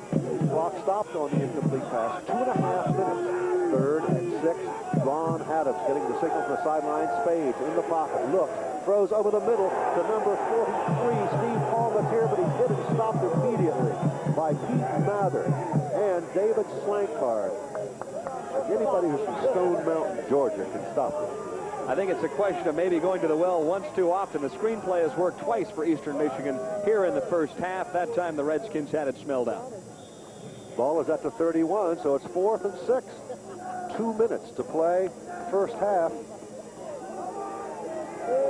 Well, Eastern disdaining the apparent field goal. Gary Patton is back in the ballgame. Don Festing is going to be wide to the right. Marcus Matthews is flanked out to the left. Now he goes in motion, so both your wideouts are gone to the right. But it's Gary Patton, and he does not get the first down. I don't think. I think he's going to be a yard short. It'll be awful close. Boy, what a great call. Really mixed things up, but the Redskins are hooting and hollering down near the 25. Patton would have had to cross the 25, and the signal there, not quite enough, so the Redskins come up with a nice defensive effort, and they stop Eastern Michigan. Guess who's trying to get scores from us next door? Dick Schreider, the athletic director, saying, did Western score? Schreider wants to go to California, and I don't blame him. It's amazing how some of these MAC teams will root for other teams depending on what's happening. Let me tell you a great story about Dick Schreider. He came to Gallipolis, Ohio to coach. Look at it. Happy birthday, Vince. Go Skins. But Dick Schreider came to Gallipolis, Ohio to coach and took a program and really turned it around. And then got to Miami, and he was an all-stater himself, and he's an all-American type guy. I'll tell you that. He's an all-stater in high school, an all-American college player. And had a distinguished career on the field and off, and I'm proud to call him a friend. Tim Rose playing the conservative role at this stage and would cherish heading to the locker room with an 8-point lead as Eastern Michigan, though, decides to call a time. Nope, there's an injured player on the field. Thought there might have been a timeout. Jamie Brooks, a senior out of Detroit Osborne, on the stop, number 51. As you see some consultation, that was John Stofa, a redshirt freshman from Cincinnati. And number 78, the injured player, is Dan Dalrymple, and Dan confesses to weighing 299. A little help getting off the field there. On a roll to the California Bowl. Well, there's a lot of teams rolling the dice in the Mid-American Conference here this afternoon. Well, it's been a marvelous season, and Denny, I don't think we could have selected games and scripted them and said, let's see if we can have some exciting games. We've been very, very fortunate. There you see how Miami can get there. First of all, Miami has to win. And Kent State must lose, and Kent State is losing right now 7-0, but it's early. 21-13 here. Miami's going to put it up. No, Miami's not going to put it up. Maybe Miami is going to put it up. Schillinger. Everybody got turned around that time. Anthony Fields covering Schillinger. Anthony out of Detroit Northwestern and doing a fine job of it. In essence, a broken play, but you see the terrific athletic ability of number 7, Terry Morris, and also number 27, his senior flanker, Andy Schillinger, as they almost came up with a makeshift play there on the run. You know what that did, what that really accomplished? It ran a lot of time off there. 52 seconds left to play. They're cheering because on the scoreboard it says Western Michigan 7, Kent State nothing. It's a 3rd and 6 here. Miami mainly right now wants to take some seconds off the clock. Be very happy to go in there leading by 8. Sworn up the middle. Miami's going to get a first down and a lot more. Sworn finally stopped by Menard, but not until he gets up to about the 44-yard line. And a timeout is called by Miami, and now Miami's saying, now, wait a minute. It's a cat of a different color. It's amazing what happens. Come up with a big offensive play instead of the conservative nature and taking the 8-point lead and heading to the locker room. Now all of a sudden it's, hey, we might be able to get 3 or even 7 more, especially as explosive as Miami is. Miami 7-3 going into the day, having beaten Ball State and lost to Cincinnati, then went down to Baton Rouge and beat LSU, bearded the Tiger and the Gem, beat Bowling Green, Ohio U, and Toledo. That shocking loss up at Western Michigan that we covered that game for NSP and Centerville. Then victories over Northern Illinois and Central Michigan, an overwhelming victory over Central here, 59-21. And then the shocking loss at Kent State last week, 24-23. Coach Tim Rose in his 4th year, and Dick Schreider tells me, we were together all day yesterday, and he said, I know that I won't be able to keep Tim Rose over another year. And you know what else he said? I have 12 names that I know. Guys will call me the minute the job opens up. And he said, I already know the guy I want as Miami's next coach. Who is it? Well, I can't tell you. Oh, you led me along there. Well, no, but confidence is a confidence. All right. The Schreider's done a marvelous job with this program. 21-13, Miami. Said, let's see if we can get 3. Schillinger, who else? The 40, 35. Miami has 2 timeouts left and is taking one of them now. That was Charles Gordon and Mike Skyver, but the freshman Gordon was victimized, but he shouldn't feel badly because a lot of guys get victimized by number 27. Andy Schillinger on the crossing pattern, averaging better than 21 yards a catch in his senior season. That ranks him 5th in the nation. Number 27 will come right across the screen. Boy, that ball is perfectly thrown in dead stride. Number 16, once again, Mike Skyver with the big defensive play. Skyver and Schillinger are going to know each other very well here this afternoon. You know, all you kids out there who saw that wonderful end zone shot, when you think you're a pretty good passer, what talent it takes to throw the ball where the guy is going to be. On the afternoon thus far, 5 receptions for Andy Schillinger for 82 yards, and there's a stern-looking Schillinger. We were kidding him earlier this morning, and he had his shorts on. They had to kneel down for those shots earlier today. It was a touch chilly, and so he looks a little grim, but he's having a good time out there. You know, I remember you mentioned early Fred Biletnikoff. Used to be a guy named Johnny Wright at Illinois. And then, who would say, Howard Twilley out at Tulsa. Yeah. Remember him? You look at Howard Twilley, you say, this guy can't play. He's not big enough. He's not fast enough, but he could get open and he could catch the ball. I will tell you this, Schillinger doesn't use any of that glue because I shook hands with him this morning and frisked him down there, and it's all hands, no help. Miami on top by 8 with 34 seconds to play. We might touch on the other big ball game that'll be played at the Glass Bowl in Toledo. Bowling Green and Toledo. And David, I know if you worked in that Detroit market many, many, many years, when those two teams get together, whether it's at Bowling Green or in Toledo, it's time to strap it on. I don't care if they play field hockey or what it is. Those that you just throw every record. That's like Ohio State, Michigan, UCLA, Southern Cal. First and 10, 37 ticks left on the clock. We're nearing halftime. Miami leading 21-13, and Morris looking. Looking again, throwing deep, and the ball falls harmlessly to the ground at the 10. Schillinger was covered. And so was everybody else in that secondary. Terry Morris with 6 or 7 seconds to look downfield and survey the situation. Anytime a quarterback has that much time to stand back and check his receivers, one thing is happening at the line of scrimmage. His offensive line's doing a heck of a job. We mentioned Miami with a 7-3 record, Eastern with a fine 6-4 record, 4-3 in the conference, opening with 3 consecutive victories over Western Michigan, Youngstown State, and Akron. Then 3 losses to Kent State, Toledo, and Bowling Green. Then 3 victories, Ohio, Central Michigan, and Ball State. And last week, a disappointing loss to Northern Illinois. 31 seconds to play, 2nd and 10. Morris looking, Sworn across the 30, trying to get out of bounds, and does. A very wise decision. Charles Gordon, the right defensive halfback, is a freshman out of East Lansing for Eastern Michigan. That time he had to bump Schillinger at the line of scrimmage, keep an eye on him, and then try and tackle George Sworn, and that's a tough assignment. Sworn's 7th reception for 52 yards for Sworn. We'll look at it again, and we'll see that Wyka finally drove him out. Schillinger will clear out the zone, then Sworn just simply steps in at the line of scrimmage. What a great move. See, gives him the shoulder, gives him the hip, takes it outside, and smartly gets it out of bounds to stop the clock. And they're going to measure to see if Miami got a first down. 24 seconds to play. Miami leading by 8. You know, Miami is within Gussman's range now. Almost. Well, Gussman's career best, I think, was 51 yards. So obviously, and there's really very little breeze whatsoever either way, so it doesn't make any difference which way you're kicking it. This stadium, of course, here is an outstanding facility, part of a $12 million complex at Miami. We'll talk more about that later. 24 seconds to play, first half. Miami 21, Eastern Michigan 13. It has not been a defensive struggle. All of the 25. Morris, number 7, waiting to snap. Has it. Hands off to Sworn, and he's stopped cold and loses 3. Scott Wyka, number 98. Helped out by number 35, Eric Miller, the senior out of East Detroit.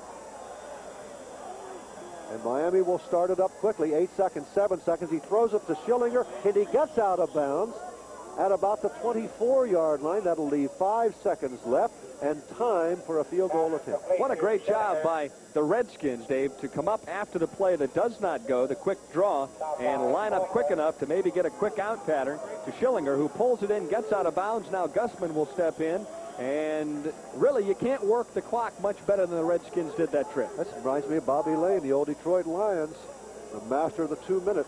5 seconds of play. The ball is at the 24. It'll be spotted at the 31. It'll be a 41-yard attempt from the right hash mark. Gussman kicks it.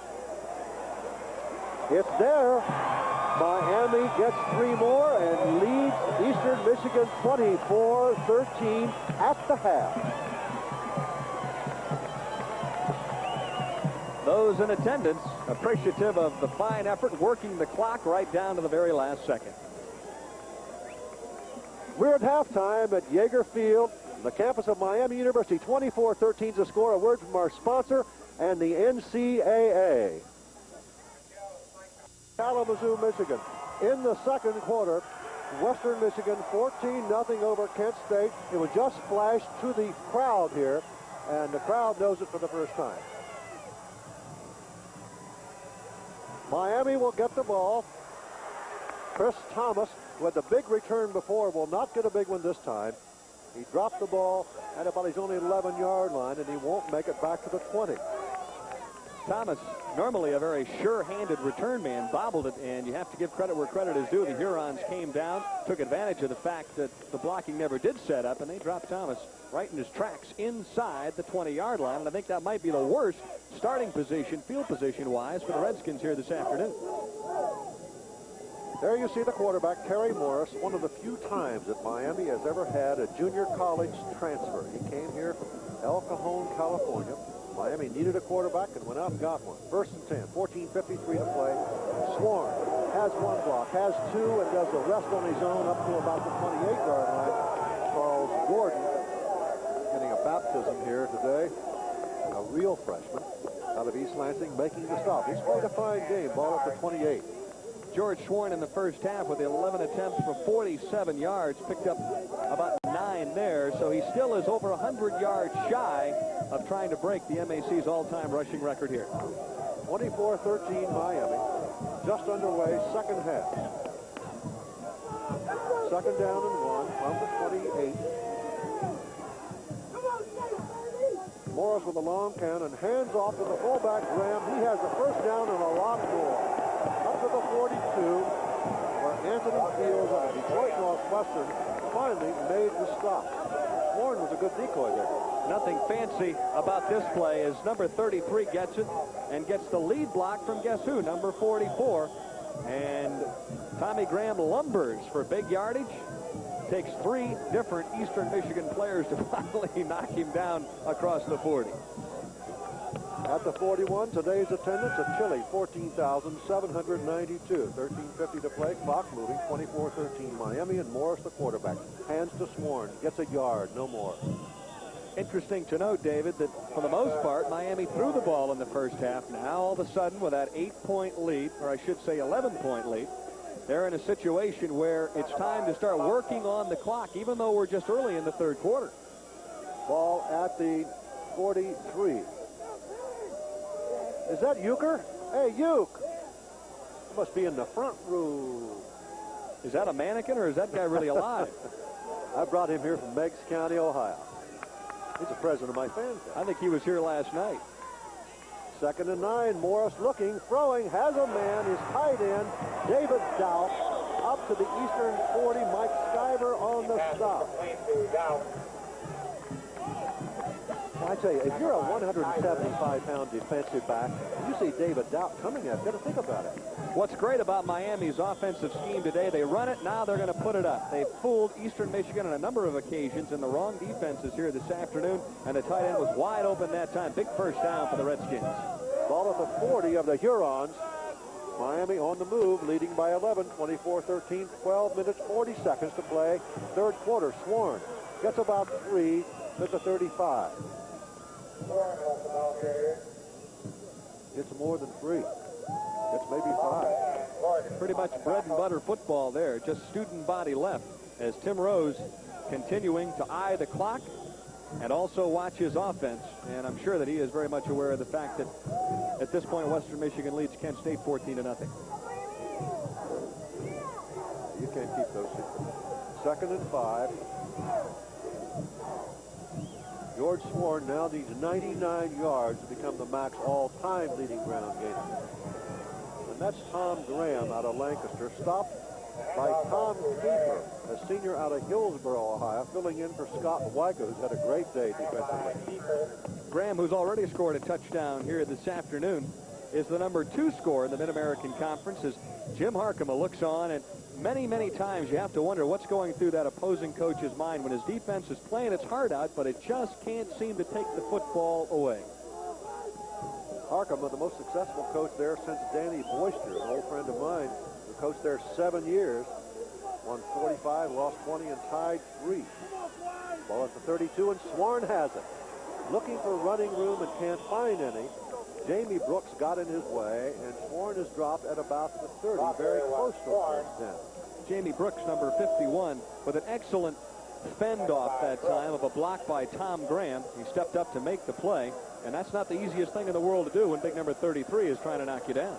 Now, you talked about Bo Schembechler, who coached here at Miami, Bo, of course, may be in the Rose Bowl this year, but he had a winning percentage of just under 70% here, 69.2. And you know, a dozen coaches here have had better winning records at Oxford. That's kind of hard Bo to believe. had. Yeah. You would think winning 7 out of 10 would be good enough. Well, you'd think that it'd be a 1st and 10 here, but Miami needs a couple of inches. It's 4th and 1.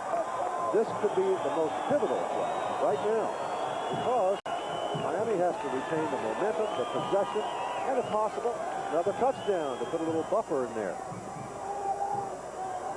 A turn back here could really inspire the Hurons.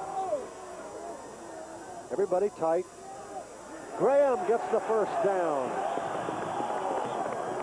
You send Sworn into the middle, and you send Graham off tackle.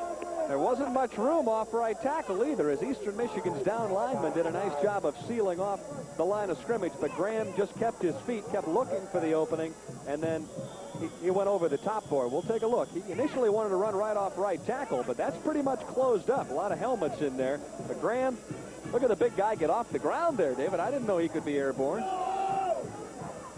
Not for long, he can't be. Ball at the 28, Miami, 24-13. 10.5 minutes to play, and Sworn has the ball. He gets 5, gets 7, gets about 9, close to 10 yards. Mike Skyver on the stop, but Sworn did a lot of that on his own. You can almost feel that noose beginning to tighten. Eastern Michigan realizing that they can't give up a touchdown here. Maybe 3 points at best, but certainly not a score. We're going to have timeout for a measurement. Sworn got almost 10 yards and maybe did get 10. There you see 16 rushes, 74 yards for George Sworn. Trying to catch Jerome Purcell as the all-time leading rusher in the Mid-American Conference. As we mentioned, Sworn needs 161 yards on the afternoon. Going to be 2nd down.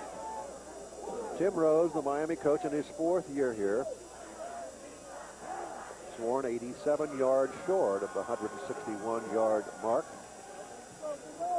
Had a little fun with Tim earlier today. I said, Tim, you guys really shouldn't have to be winning this game today to clinch the championship. He said, well, we like to make things interesting in the Mid-American Conference. Tongue-in-cheek, of course. You don't want to believe that. They would like to have wrapped it up a long time ago. 10 minutes left to play, 3rd quarter. Miami 24-13, 2nd and almost nothing. And now it's a 1st down as Sworn gets down almost to the 10-yard line. Ball carrier was Sworn. Now he needs 80 yards. 1st down, Miami. George Sworn, the great one, with 29 career touchdowns, 22 on the ground and 7 through the air, obviously adding that one today. What a brilliant run that was today on the little flare pattern. Here you see the senior tailback takes it right up the gut. Not much to worry about. Takes a real shot at the line of scrimmage, but the great backs get 4 or 5 more after that initial hit. Schaefer, number 65 out of Centerville, making room for George Sworn there. And George Sworn has it again and has a man hanging onto his jersey as he gets to the 7-yard line. 9.5 minutes to go in the 3rd quarter. Clock moving. Eastern Michigan needs to create something here and quickly. Some kind of a turnover, one way or another. Shake it loose, come up with an interception, sack the quarterback. They're going to have to do something here where the Redskins may put them away early. A senior from Sterling Heights, number 66, Mike Burns, in on the stop for the Hurons. The ball is at the 7-yard line. Miami can get a 1st down without getting a touchdown. Eastern would prefer that Miami get neither. Sworn across the 5 to the 4. Just a question of the offensive line taking over the line of scrimmage. And there you see a little promo for Cinevid Productions and, of course, National Sports Productions. 8.5 minutes to play. 3rd quarter, 3rd and 4 for the Redskins. The nose of the ball just over the 5-yard line. We're delighted that you're with us today on our NSP Cinevid network across America. Our final telecast of the season, and we appreciate you being with us all season long here. The pass, the touchdown to Graham. What a great fake by the quarterback, Kerry Morris. Pass is complete to Graham. And And what a terrific catch by number 33. You get a tendency to sort of stereotype the big fullback and say all he's going to do is be able to run the ball off tackle. But here you see the fake inside on the play action. Graham runs the little flag pattern and gets it into the end zone despite taking a big hit. And number 33 is a happy kind of a guy. And no slouch as a pass receiver. He's caught 24 passes this year. That's the first time he's had one for a touchdown this season, though, as the Redskins bolt on top now, 30-13. And the point after is added by Gussman. It's now 31-13 with 8:05 to play in the third quarter from Yager Stadium in Oxford, Ohio. We're going to take a moment out here, and we're going to talk about the prize at the end of the rainbow, the California Bowl.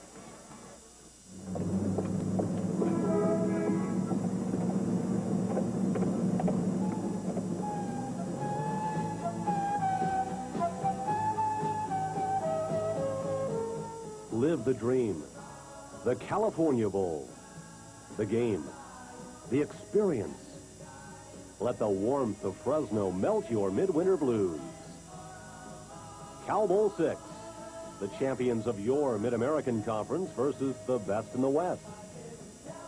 The bowl game with a purpose. The battle of champions. The fight for life.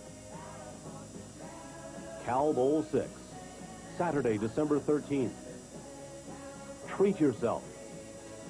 Live the dream.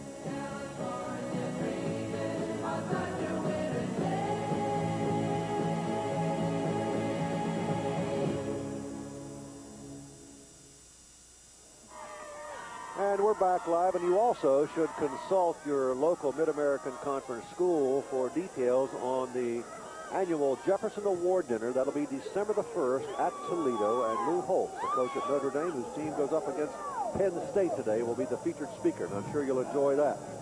Gussman's kick is short and is finally taken by number 9, Leonard Smith, and he gets up across the 25 to about the 29 or 30-yard line.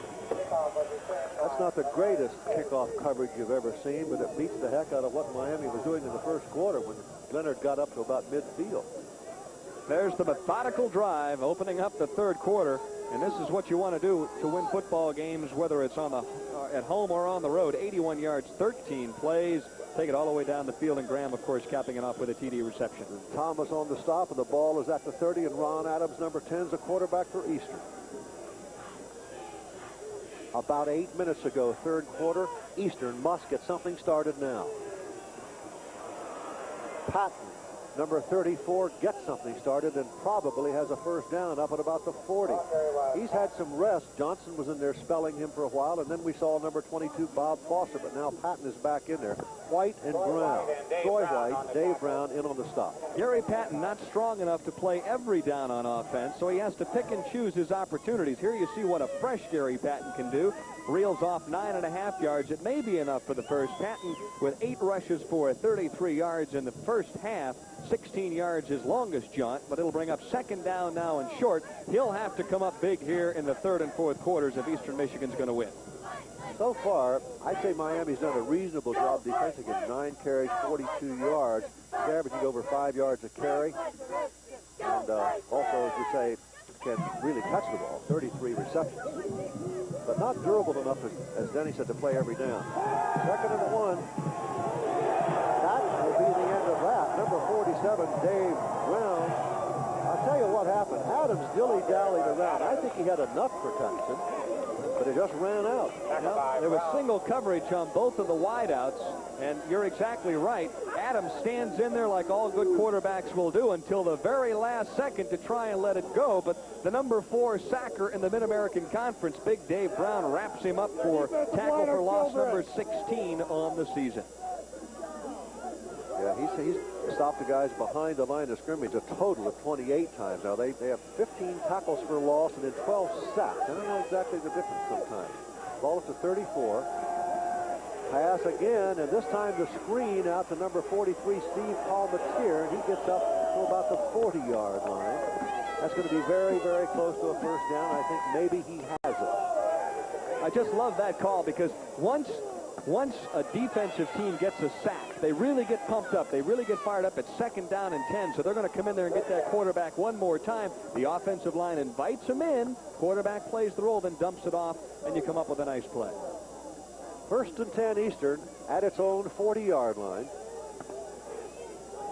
We mentioned the Bowling Green Toledo game later on. Those of you in that area can get out and see that game, and you'll see a knockdown, drag-out game. Guarantee that. 1st and 10 Eastern from its own 40, 6:43 to play. Miami leading the Hurons 31-13.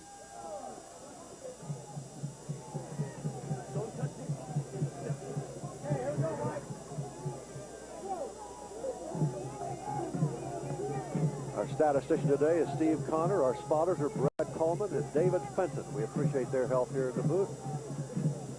Pitch back to Gary Patton. Miami defense doing a better job now, Denny.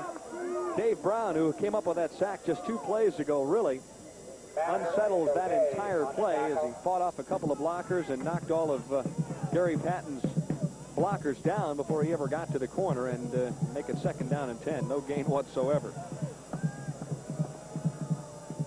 Watch out for number 93 here, Marcus Matthews.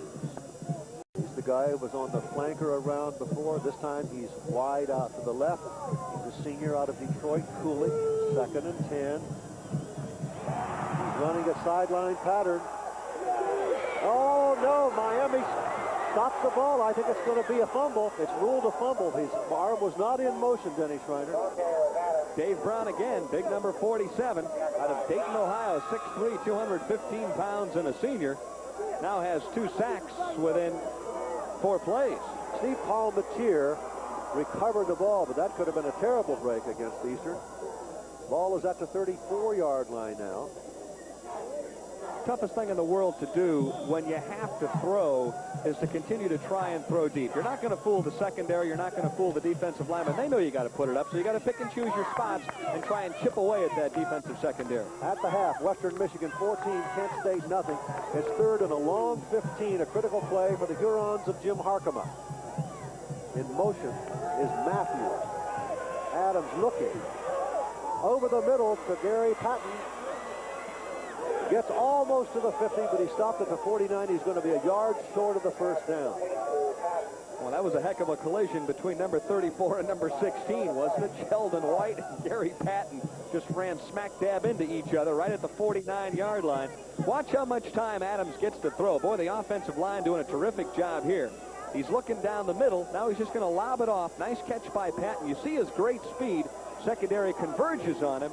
And Sheldon White makes the big hit. 4th down and a yard, and Eastern's going for it. Well, Al Clark, one defensive back, inside linebacker out of Dayton, missed him, but Sheldon White got him, and it's 4th and half a yard. Eastern Michigan says, let's try it from the eye. And who else? Give the ball to Patton. I don't think he made it. I think Miami's going to take over. Redskins hold. Big turnaround. Very slow developing playoff right tackle, and I think it might have been Paul Matier, the fullback. But obviously does not get the 1st down yardage. Let's take a look. Nope, it was Jimmy Johnson. Johnson runs into his fullback, and the reason why is because the defensive interior line has driven the offensive line straight back into the backfield. Textbook stop, and guess what? Miami's got the football. Anderson and Mather credit them with a stop as Miami takes over in Eastern territory at the 49-yard line. 4:11 to play, 3rd quarter.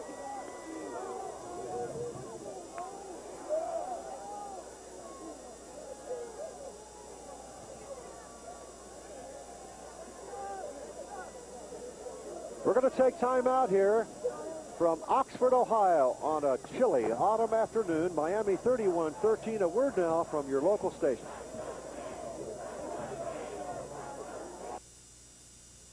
Hi, we're the walls of your apartment, and we want you to get us some of this previously rented brand-name furniture. At super low prices. At the Court Furniture Rental Clearance Center's Warehouse Inventory Clearance Sale. Save 30 to 70% on one of these living room sets. Or choose from a great selection of bedrooms. Buy today and save on dining room sets like these. Office desk from $199, chair from $69, dividers from $79, freestanding screen $89. I'm going to court. Hey, tell them your wall sent you. This time, I get the sofa. Court Furniture, located on Northwestern at 12 Mile. Hi, I'm Robert Byrd, here to tell you about a special project of WGPR Radio and TV. The WGPR 1986 Feed the Needy campaign now through December 12th. You can bring your canned goods to our studios at 3146 East Jefferson and drop them in our Feed the Needy box. All items collected will be donated to the Capuchin Kitchen to help needy families this holiday season. Come on, bring your items down to WGPR's Feed the Needy campaign. You'll be glad you did. Reiner and Rick Earl, this is Dave Dials. Our NSP Cinevid game is now 4 minutes and 11 seconds from winding up the third quarter with Miami in the ball and the lead 31-13 over Eastern. There's George Swarn. He gets about 3, and he needs now about 72 yards to set the all-time Mid-American Conference rushing record. And he's in an ideal situation because his ball club leads by 18. They have the game comfortably in hand at this point, and you also want to try and run time off the clock, which means you run the football. Ball at the 47-yard line, 2nd and 8. Terry Moore has gone on quarterback all the way. He's number 7. Graham in motion. That's not much of a motion. Morris to pass. Throws to Swarn over the middle.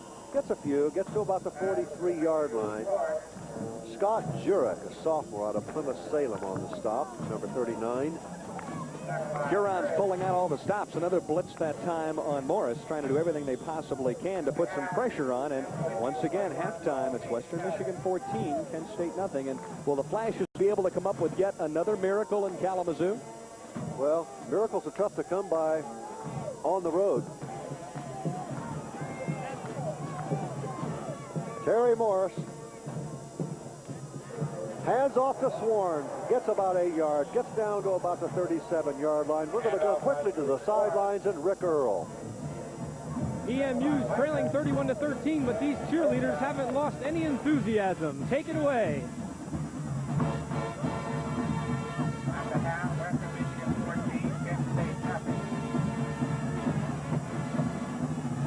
Second quarter, Northern Illinois 20, Ohio 7.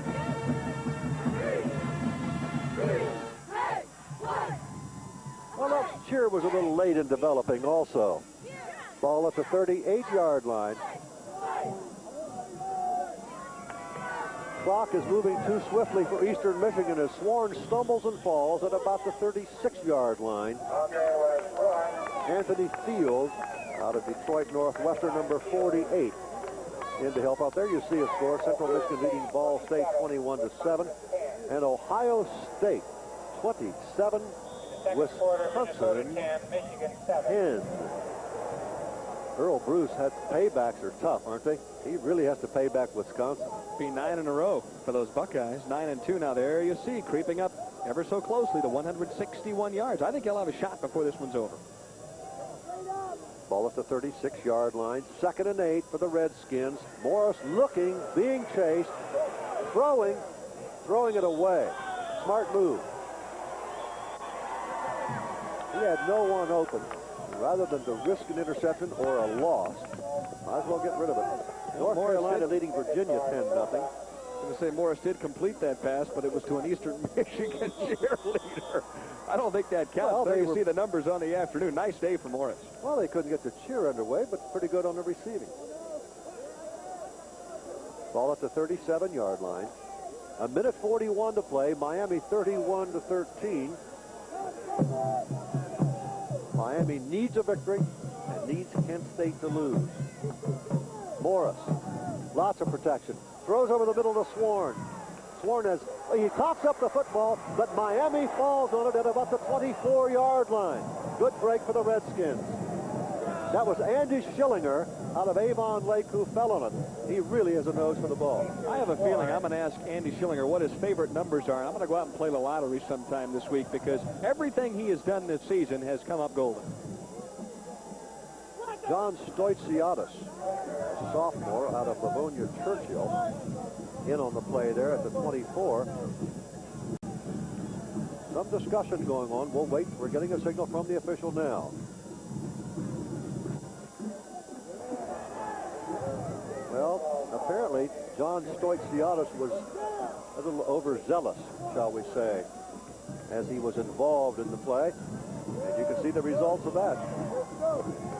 may be a little chilly down on that field right now, but I have a feeling that going through the minds of the Redskins is how nice and warm and sunny. Personal foul. White. First down. That it might be in Fresno, California on December 13th. Well, as Chris Schenkel used to say, what better way to spend an autumn afternoon than in California? I'll be there tonight. Especially in December. That's right. Minute 22 to play. Third quarter, Miami trying to stretch its lead to 38-13. It's 31-13 now. Sworn, nothing. Sworn is stopped for nothing. Miami 6-0. Career against Eastern Michigan. Jamie Brooks in on the stop. The ball is spotted at the 12-yard line. Nice to see Omar Williams here today, the longtime voice of the Miami Redskins, along with his colleague in the radio booth, John Pont, former Miami coach, coached at Indiana as well, one of my favorite people. 40 seconds to play, third quarter.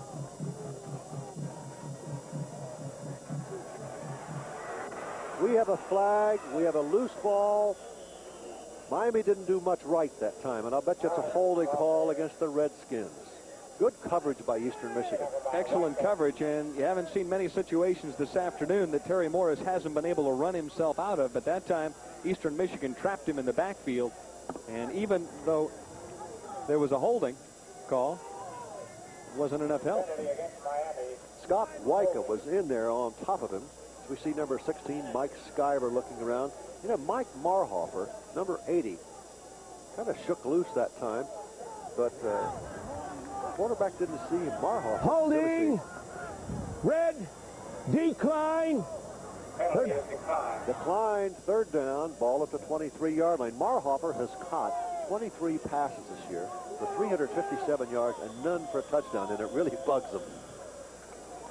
Because the guy on the other side of the line catches all of them. Has a dozen. He'll always be remembered as the guy who was on the other side, like Bob Goodrich, a longtime producer at ABC. He's always remembered as the guy who played tight end at SMU when Jerry Levias was on the other side. 3rd and 10 for the Redskins. Handoff to Sworn, going wide, cutting back, getting across to about the 15-yard line, and what he did right then was set it up for a better field goal situation as time expires in the third quarter. Miami leads 31-13. We're going to take time out here. Another 15 minutes to play. Pay attention now. A word from our sponsor, and we'll be right back with the final 15 minutes of action in the Mid-American Conference. Along with Denny Schreiner and Rick Earl, this is Dave Giles. It boils down to this. Miami 31-13. It's 4th and 13 from the 15. Number 3, Gary Gussman, is in there. He's going to try a field goal. Denny, you want to make a little wager?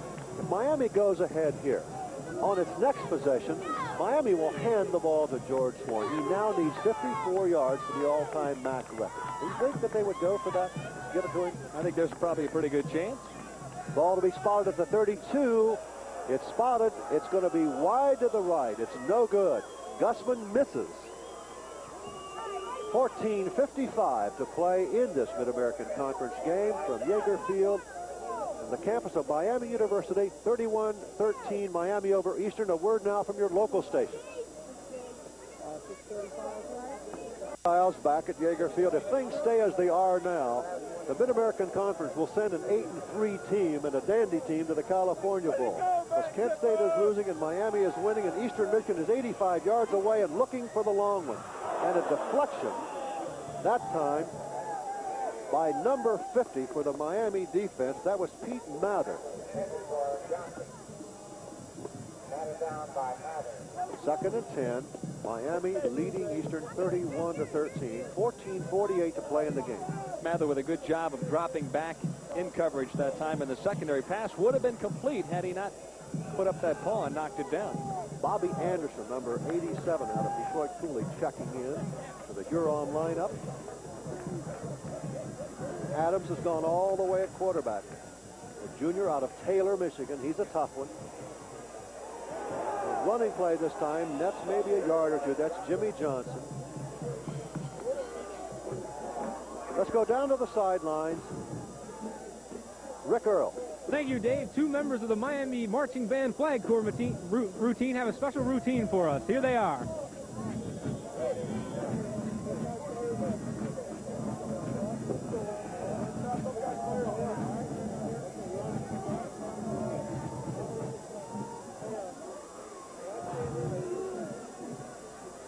Candidates for maybe the Indianapolis 500 someday. Well, you never know. The starter, Pat Vadan. Jimmy Johnson carrying it up to about the 30-yard line on a 3rd and 9 carry. He's going to be very close to the first down. Dave Brown, number 47, on the stop. We'll see where they spot the ball. The official says first down. Here we see it again, Denny. All right. This Jimmy Johnson really impresses me for a guy who's in the number 2 slot. He'll just go right up over top, do everything he has to do to gain some yardage and give Patton a rest. 31-13, Miami leading Eastern Michigan. Eastern needs a couple of small miracles and needs them quickly. 18 points behind. That's Jimmy Johnson. He stumbled and fell. It's tough to be play calling at this point, too. You're obviously 18 points behind. You need to put the ball into the end zone, but you can't just drop back and throw every time. You got to fool the defense, as Jim Harkema shouting instructions for his offensive team, trying to figure out one way or another to get into the end zone. A lot of wideouts in there. Stephen Teasley's in there now, and Ron Wentz, the tight end, is out, and Eastern has 3 wide receivers right now, obviously going long.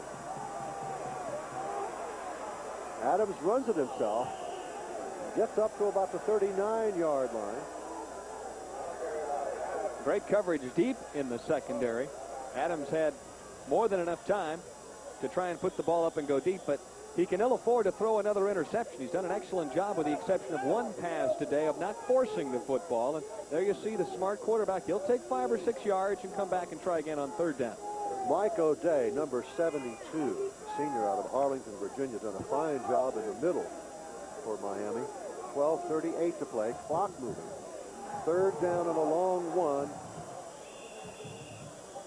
Very alertly, the ball squirted loose, and Ron Adams picked it up and dove forward. You alluded to him in the pregame show, Dave, as a riverboat kind of a kid, a tough kid that's going to do everything he possibly can to take his team to victory. And I think you see that now. It's easy at this point to roll over when you're this far behind, but he's done anything but that. He's not going to do that. You know, I spent a lot of my years in the Detroit area, and the downriver kids from Taylor or Southgate or Riverview or Trenton will confess to you that they're tough kids. And he's from there, and he is tough. And Adams is looking now, throwing, has a man Vestling. He's down across the 30 and driven out of bounds at about the 26 or 7-yard line. Todd Snyder got him out of bounds, but Eastern is threatening again. So many times this year on NSP, we've seen teams come from behind. Great job of blocking along the left side of the line. Gives Adams enough time to look down and find number 7, who is wide open on the out pattern. And this is a tough catch, running away, although the ball was perfectly thrown. Vestling, one of his favorite targets, bounced out of bounds by number 35, Todd Snyder.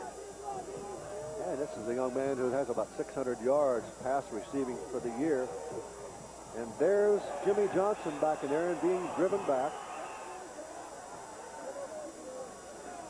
The ball carrier was Johnson. I don't think that does a lot of good to drive him back like that. It just makes you feel better about Here's yourself, a look at the previous play. And there is Vestling clearing out. Well, you have to be impressed with Morris and Adams. Those guys really throw the ball. Nearly turns it upfield for the touchdown, but that's what the Apache back is for. He's the last man between you and the end zone, and Snyder normally does a pretty good job of keeping people out of that 6-point area. Ball at the 26, 2nd and 10. 11 and a half minutes to play in the game. Eastern trailing by 18, and the quarterback looks for it all. Can't find an open man, and finally settles for his tight end, Ron Wentz, and he gets down across the 15 to about the 10-yard line.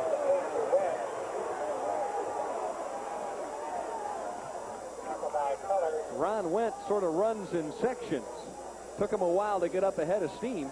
A couple of the defensive backs were a little upset. Miami Redskin defensive backs. I'm not sure exactly what their argument with the official is, but nevertheless, it's 1st down and 10 now for the Hurons. Just outside the 10, so you could get a 1st down without a touchdown. Miami 31-13, 11 minutes, 11 seconds left to play from Oxford.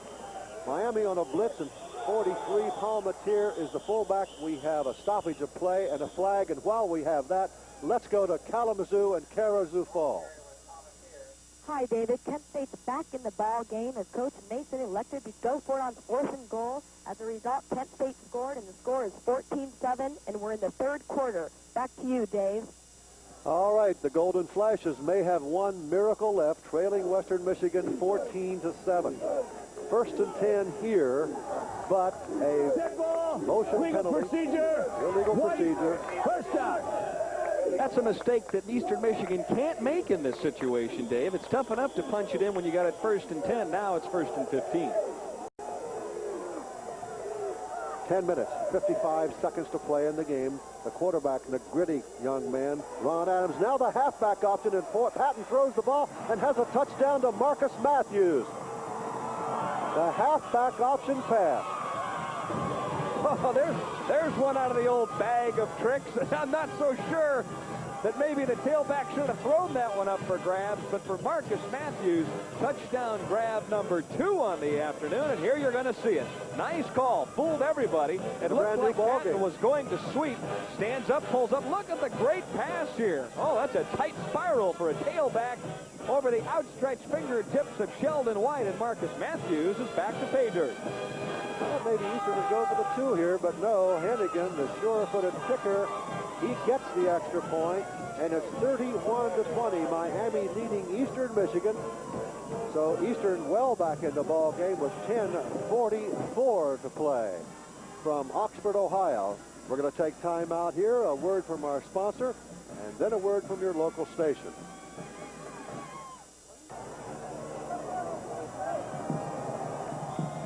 There you see it, 31-20.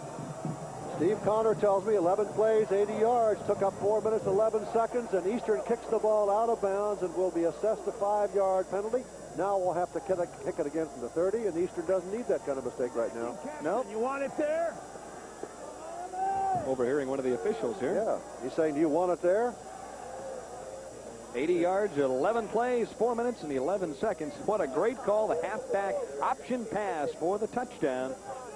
And Eastern Michigan is right back in the thick of things, trailing 31-20. Tim Hennigan, a redshirt freshman out of Bishop Gallagher. Warren, Michigan's his hometown. He said you're doing a nice job.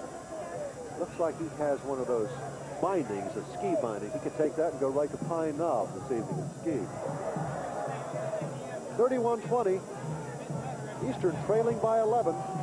Guess it might be a little bit early for the onside. You know, I thought maybe Eastern would go for the 2 there, Denny. Well, get to 21, then you're trailing by 10 and a field goal and an extra point. But what do I know? There's Thomas, number 20, waiting for Hennigan's kick, and Thomas is going to get it, and he's 23. Gets a block and gets tackled. Gets tripped up at the by an arm tackle there by number 48, Anthony Fields, and he falls forward to the 35-yard line. Well, I don't think Miami is in a position to play it cozy at this point, Dave. No. They still lead by 11, but there's a lot of time left. That's right. Too much time to play it cozy. You know, there's a heck of a difference in playing to win and playing to keep from losing. I've seen more teams lose ball games, no matter the sport, with the hockey or whatever, like trying to keep from losing. Ball at the 30. The quarterback is Morris, of course, number 7. He's going to pass on 1st down. Has a man over the middle. He's fullback Graham. He coughs up the football, and Eastern Michigan has it.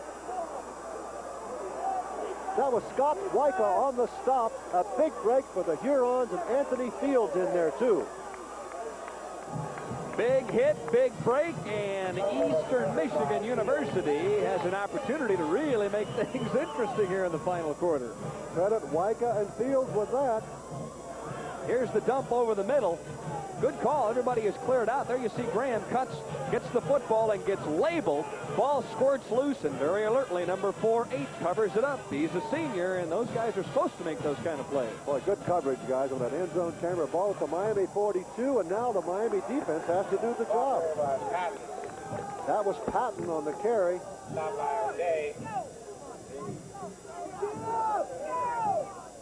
Maybe got a yard. at the 41, 2nd and 9, 10 minutes, 12 seconds to play in the game. If you're Eastern Michigan, you need 2 scores at this point. So maybe you don't get the touch this time. Who knows? You got to at least get 3 points, though.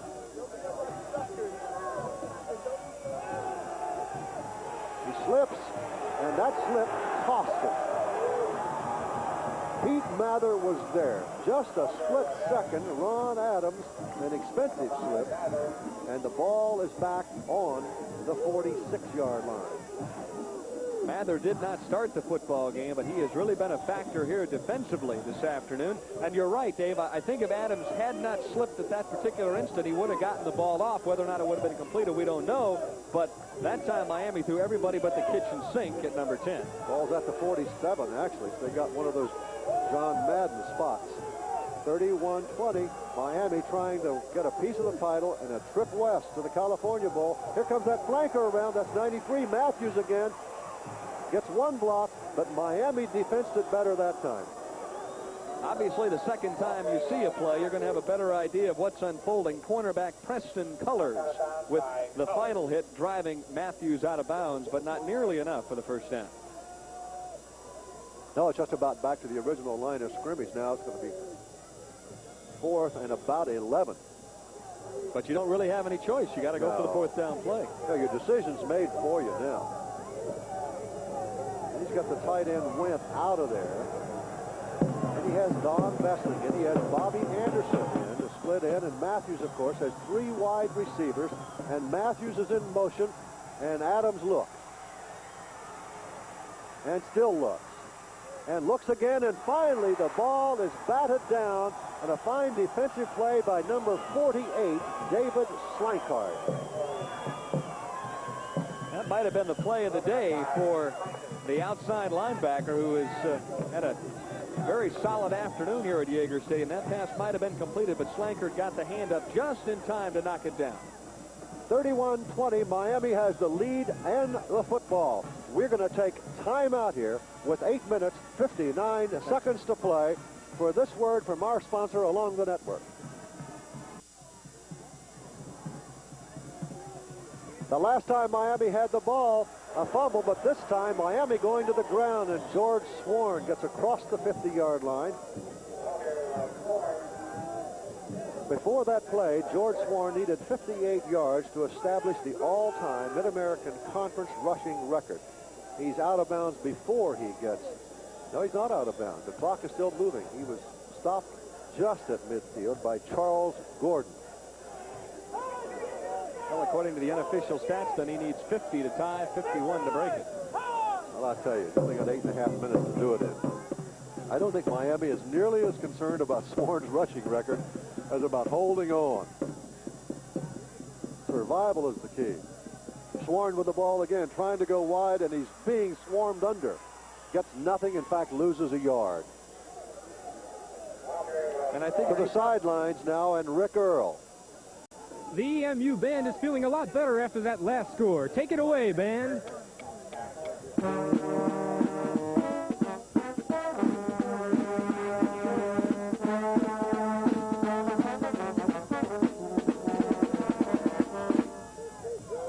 Thank you for that rendition of the A-Train. I like that train got derailed. I'm experienced on train derailments. My daddy spent 57 years on the New York Central. That train wrecked. 3rd and 4. The pass to old reliable Schillinger eludes a man, gets across the 40, almost to the 30. A critical play for the Redskins on 3rd and 4. And finally, number 45, Keith Bertram of Centerville, Ohio. And Charles Gordon makes the stop, but not until Miami gets down to the 33-yard line. Andy Schillinger will surpass the 100-yard reception record today with this catch, number 7 on the afternoon for better than 100 yards, and number 27, well, I would say that he's maybe the best in the MAC. To the 33-yard line, and Schillinger should go back to Tom Menard, number 6, and say, excuse me, here are your shoes, because I faked you out of them. 1st and 10, Redskins, 7:18 to play in the game. Miami leading 31-20 and trying desperately to go to the California Bowl. We have a flag and I think a delay of game. We'll let the official call it, though. It's always best. That's what they're paid for. 9 out of 10 times from up here, whatever you say, it's always the opposite. Eastern Michigan, they touched maybe on some of the positives, David, the way they bounced back and scored to really close the gap. Then they create the fumble and come up with a turnover. And I think the nice thing about Eastern Michigan at this point is the fact that their skilled people, Gary Patton and Ron Adams, are both back next year. Third penalty for 35 yards against the Redskins. This one sets Miami back to its 39 yards. Illegal procedure. Illegal procedure. Mike Marhofer checking in. The senior out of Silver Lake. There you see it. Let's go Skins, says the scoreboard. 7:14 to play. Eastern band, the part that's not derailed, you hear in the background there.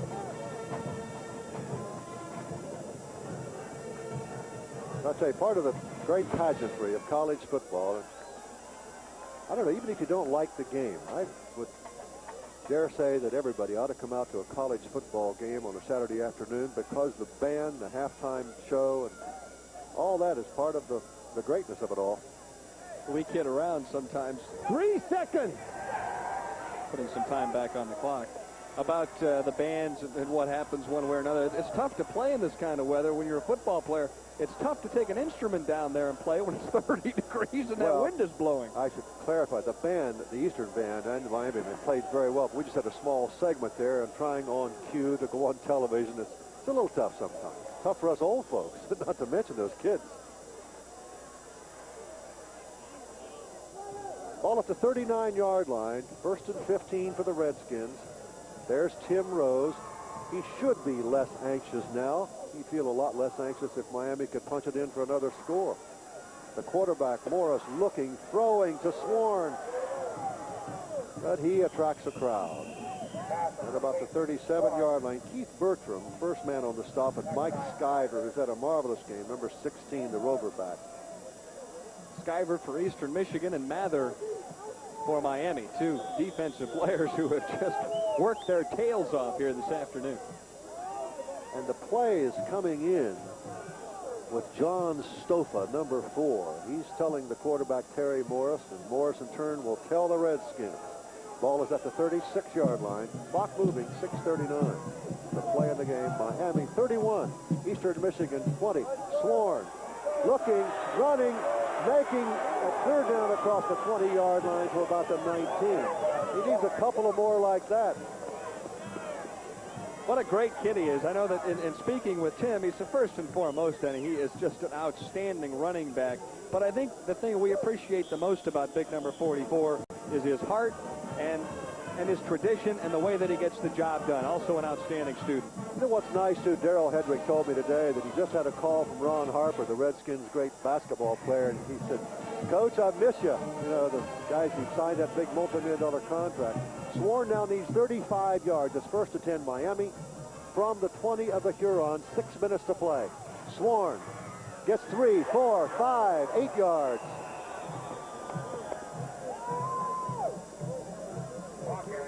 Tom Menard has had the tackle on the last 2 stops. Sworn is going to run out of time, I think, before he runs out of yards. I don't really know. If they punch it in, the defense comes out and stops Eastern Michigan. He should get at least one more offensive series. Here you see him take the handoff, and he is running right through over the top and around people at this stage because he knows how close he is to breaking the all-time record. And, you know, a lot of guys say, I'm really not aware of it, but most of them are. Ball at the 12, 2nd and 2 for the Redskins, and Sworn again, and he gets 1 yard. Keith Bertram, who's in there in place of Scott Jurek at the inside linebacker position, making the stop on Sworn. Ball is at the 11-yard line. 5 minutes to play.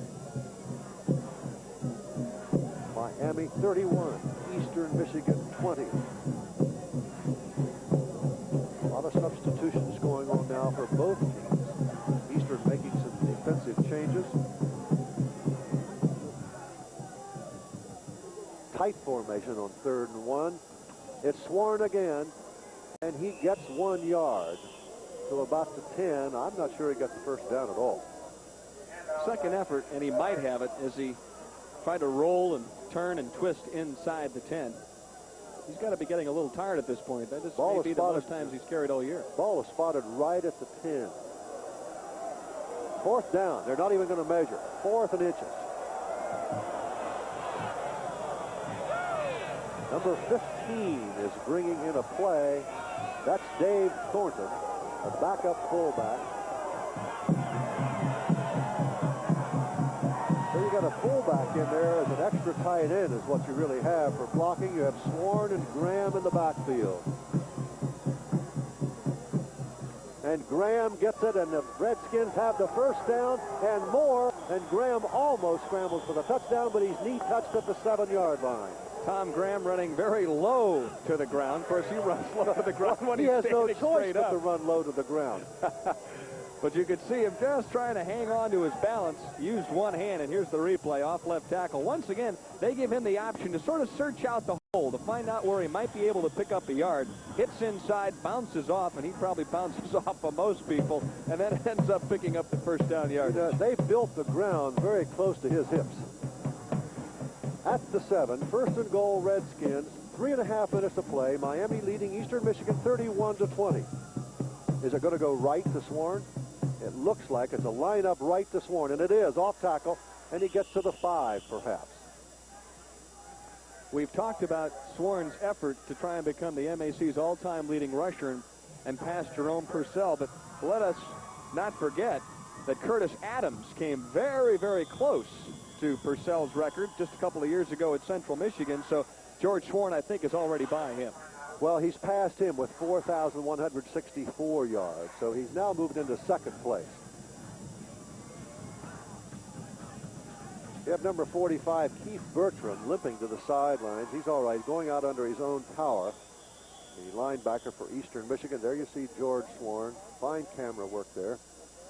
And, of course, the tomahawks on the helmet are for outstanding achievement here. Nose of the ball approaching the 5-yard line and the clock moving. 2 minutes, 45 seconds to play. Miami with an apparent comfortable lead of 11 points. Sworn loses yardage back to the 7 or 8. Could move him back to number 3. Yeah, he can hop back. That's tough company when you're in the top 3 all time. And the quarterback, Terry Morris, talking to his coach on the sideline, saying, "Coach, send us in something that works." Well, here comes the play. Mark Marhofer bringing it in. He and Schillinger. And they're both going out to the right. And we still have Sworn. We still have Graham in the backfield. And now we have a timeout called by the Miami Redskins. 2:02 to play. Miami 31-20 from Yager Stadium. We're going to take a timeout here for a word from your local stations. We'll be right back. News from Kalamazoo. 3 minutes left in the third quarter. No change in that score. It's Western Michigan 14, Kent State 7. And we're here at Oxford, Ohio with 2 minutes and 2 seconds to play. Miami driving, or trying to drive, from the 8-yard line of Eastern Michigan, leading 31-20. That's George Sworn, and he gets across the 5 to about the 4-yard line.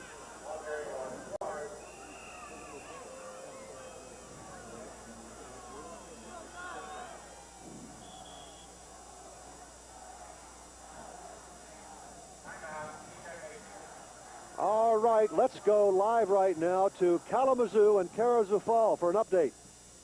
David, it's looking more and more like an upset here in Western Michigan as John Creek has just put Western Michigan ahead 17-7 on a 42-yard field goal.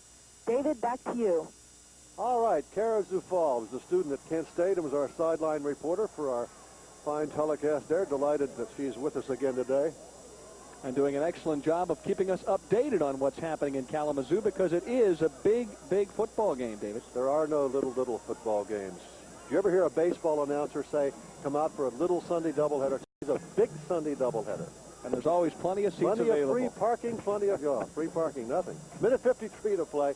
Miami 31-20.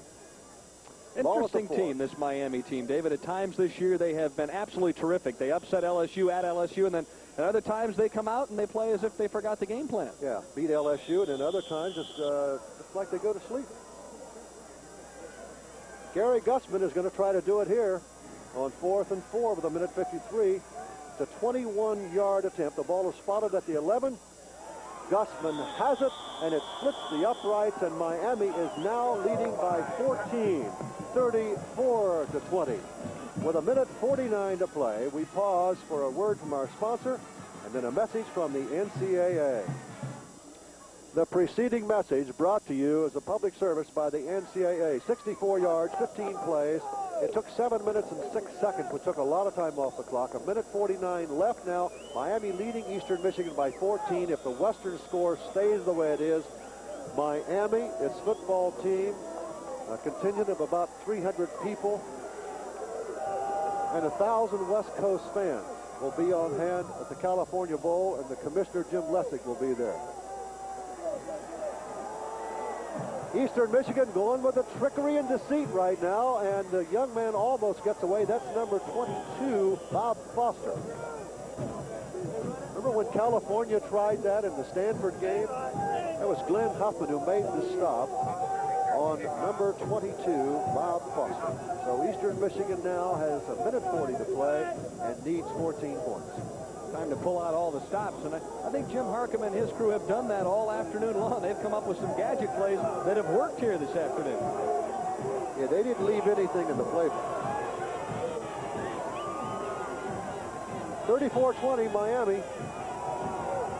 Ron Adams looking, throwing, has a man, Bessling, and he misses the ball. A falling down effort, a fine effort by Bessling, but he just couldn't hold on to it at the 49. Bessling, normally an outstanding receiver. That time, I think, was concentrating so hard on trying to keep his balance that he took his eyes off the football at the last second. He's already made a couple of acrobatic catches here this afternoon.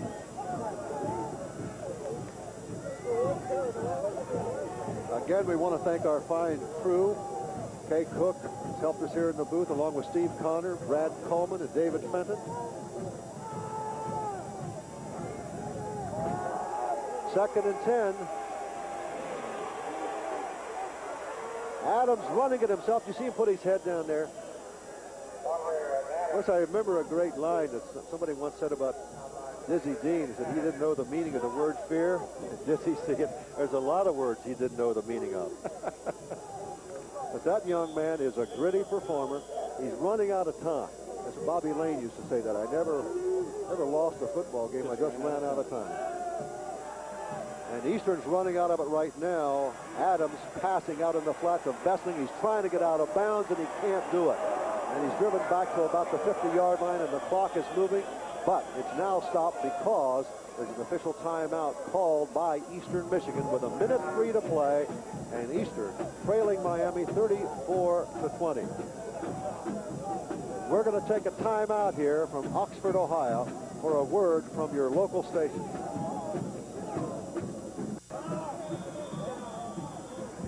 All right, a minute 3 left to play in the game. Miami 34, Eastern Michigan 20.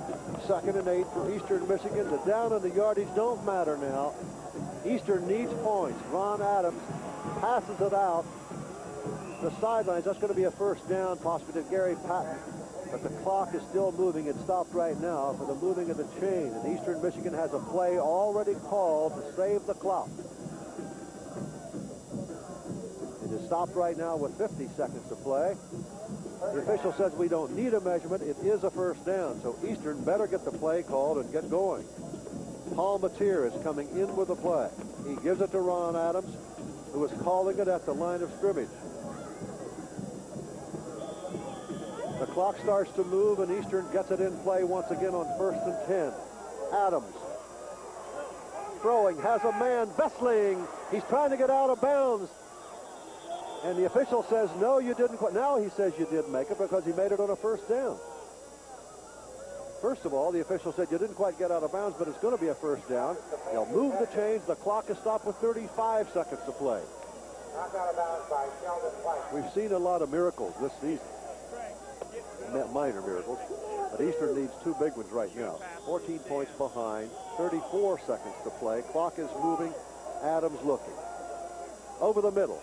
Deflected and incomplete at the 9.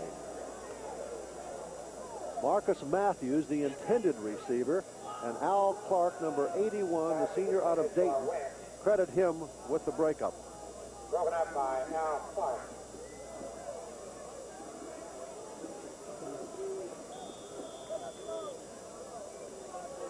.26 seconds to play. Ball at the 21-yard line.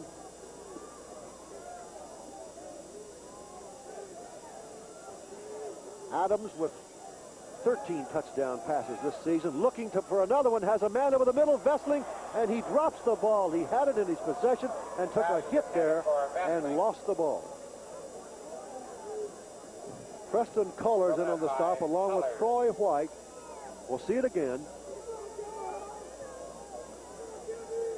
He had him in the clear for a minute, and right at the last minute, somebody got a hand in there. Ball at the 21 now, 3rd and 10, 20 seconds to play. Miami is going to the California Bowl, it would appear. Western Michigan is leading Kent State. Later on this afternoon, Bowling Green and Toledo, and broken up at the last minute by number 1, Preston Cullers, the cornerback, senior out of Cincinnati. Ball was intended for Gary Patton, number 34.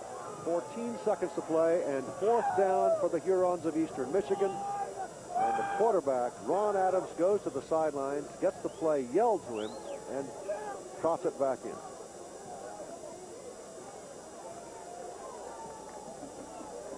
Again, we want to mention what marvelous cooperation we've had all week long from the officials at Miami University, Dave Young, the SID. Always a pleasure to come to this campus. Intercepted. No, he dropped it. Oh. Al Clark, 81, was too certain of himself, and there you see a jubilant Miami coach. What do we have here?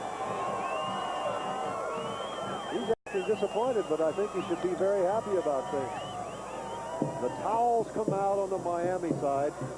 It's going to be 1st and 10 for the Redskins from their own 21-yard line. 6 seconds to play, so Miami has won the game.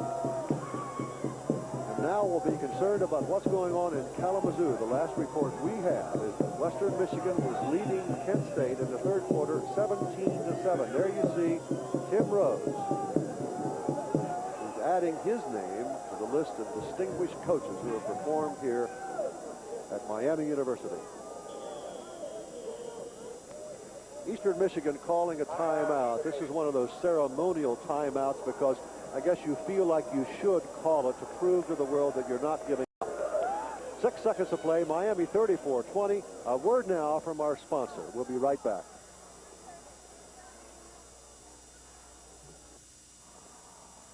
We're back along with Denny Schreiner and Rick Earl, our sideline reporter. This is Dave Dial. 6 seconds to play. And in 6 ticks of the clock, Miami will go off the field with a Mid-American Conference victory that will increase its season record to 8-3 and 6-2 in the conference. The quarterback on this play, as in every play. This game is number 7, Terry Morris. He pitches out to George Sworn. He needs a lot of yards to set the record. He won't get the record, but that's secondary right now. Miami gets at least a share of the Mid-American Conference Championship by beating Eastern Michigan 34-20. The first time since 1977 that the tradition-rich Redskins of Miami University have had a piece of the MAC football title. We'll let the pictures talk for everything right now.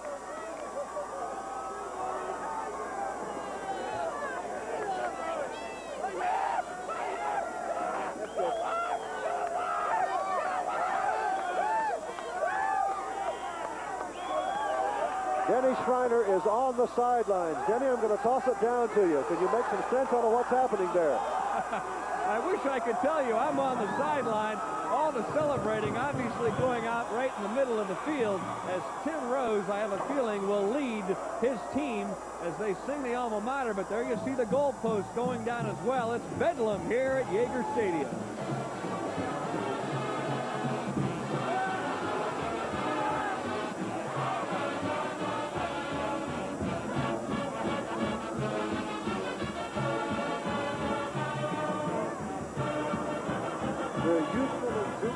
college football. When you get to be older, there's not much you can do with one of those goalposts around your house. 34-20, Miami University has defeated Eastern Michigan, and now will be closely tuned in to Kalamazoo to find out what is happening with the other score that's so vital to the Redskins' chances for going to Fresno on December 13th in the California Bowl to play the champions of the PCAA. We want to thank you for being with us all season long on our NSP Cinevid presentation of Mid-American Conference football. It's been an experiment that we have enjoyed very much. I want to personally thank our producer, Victor Gonzalez, and our director for these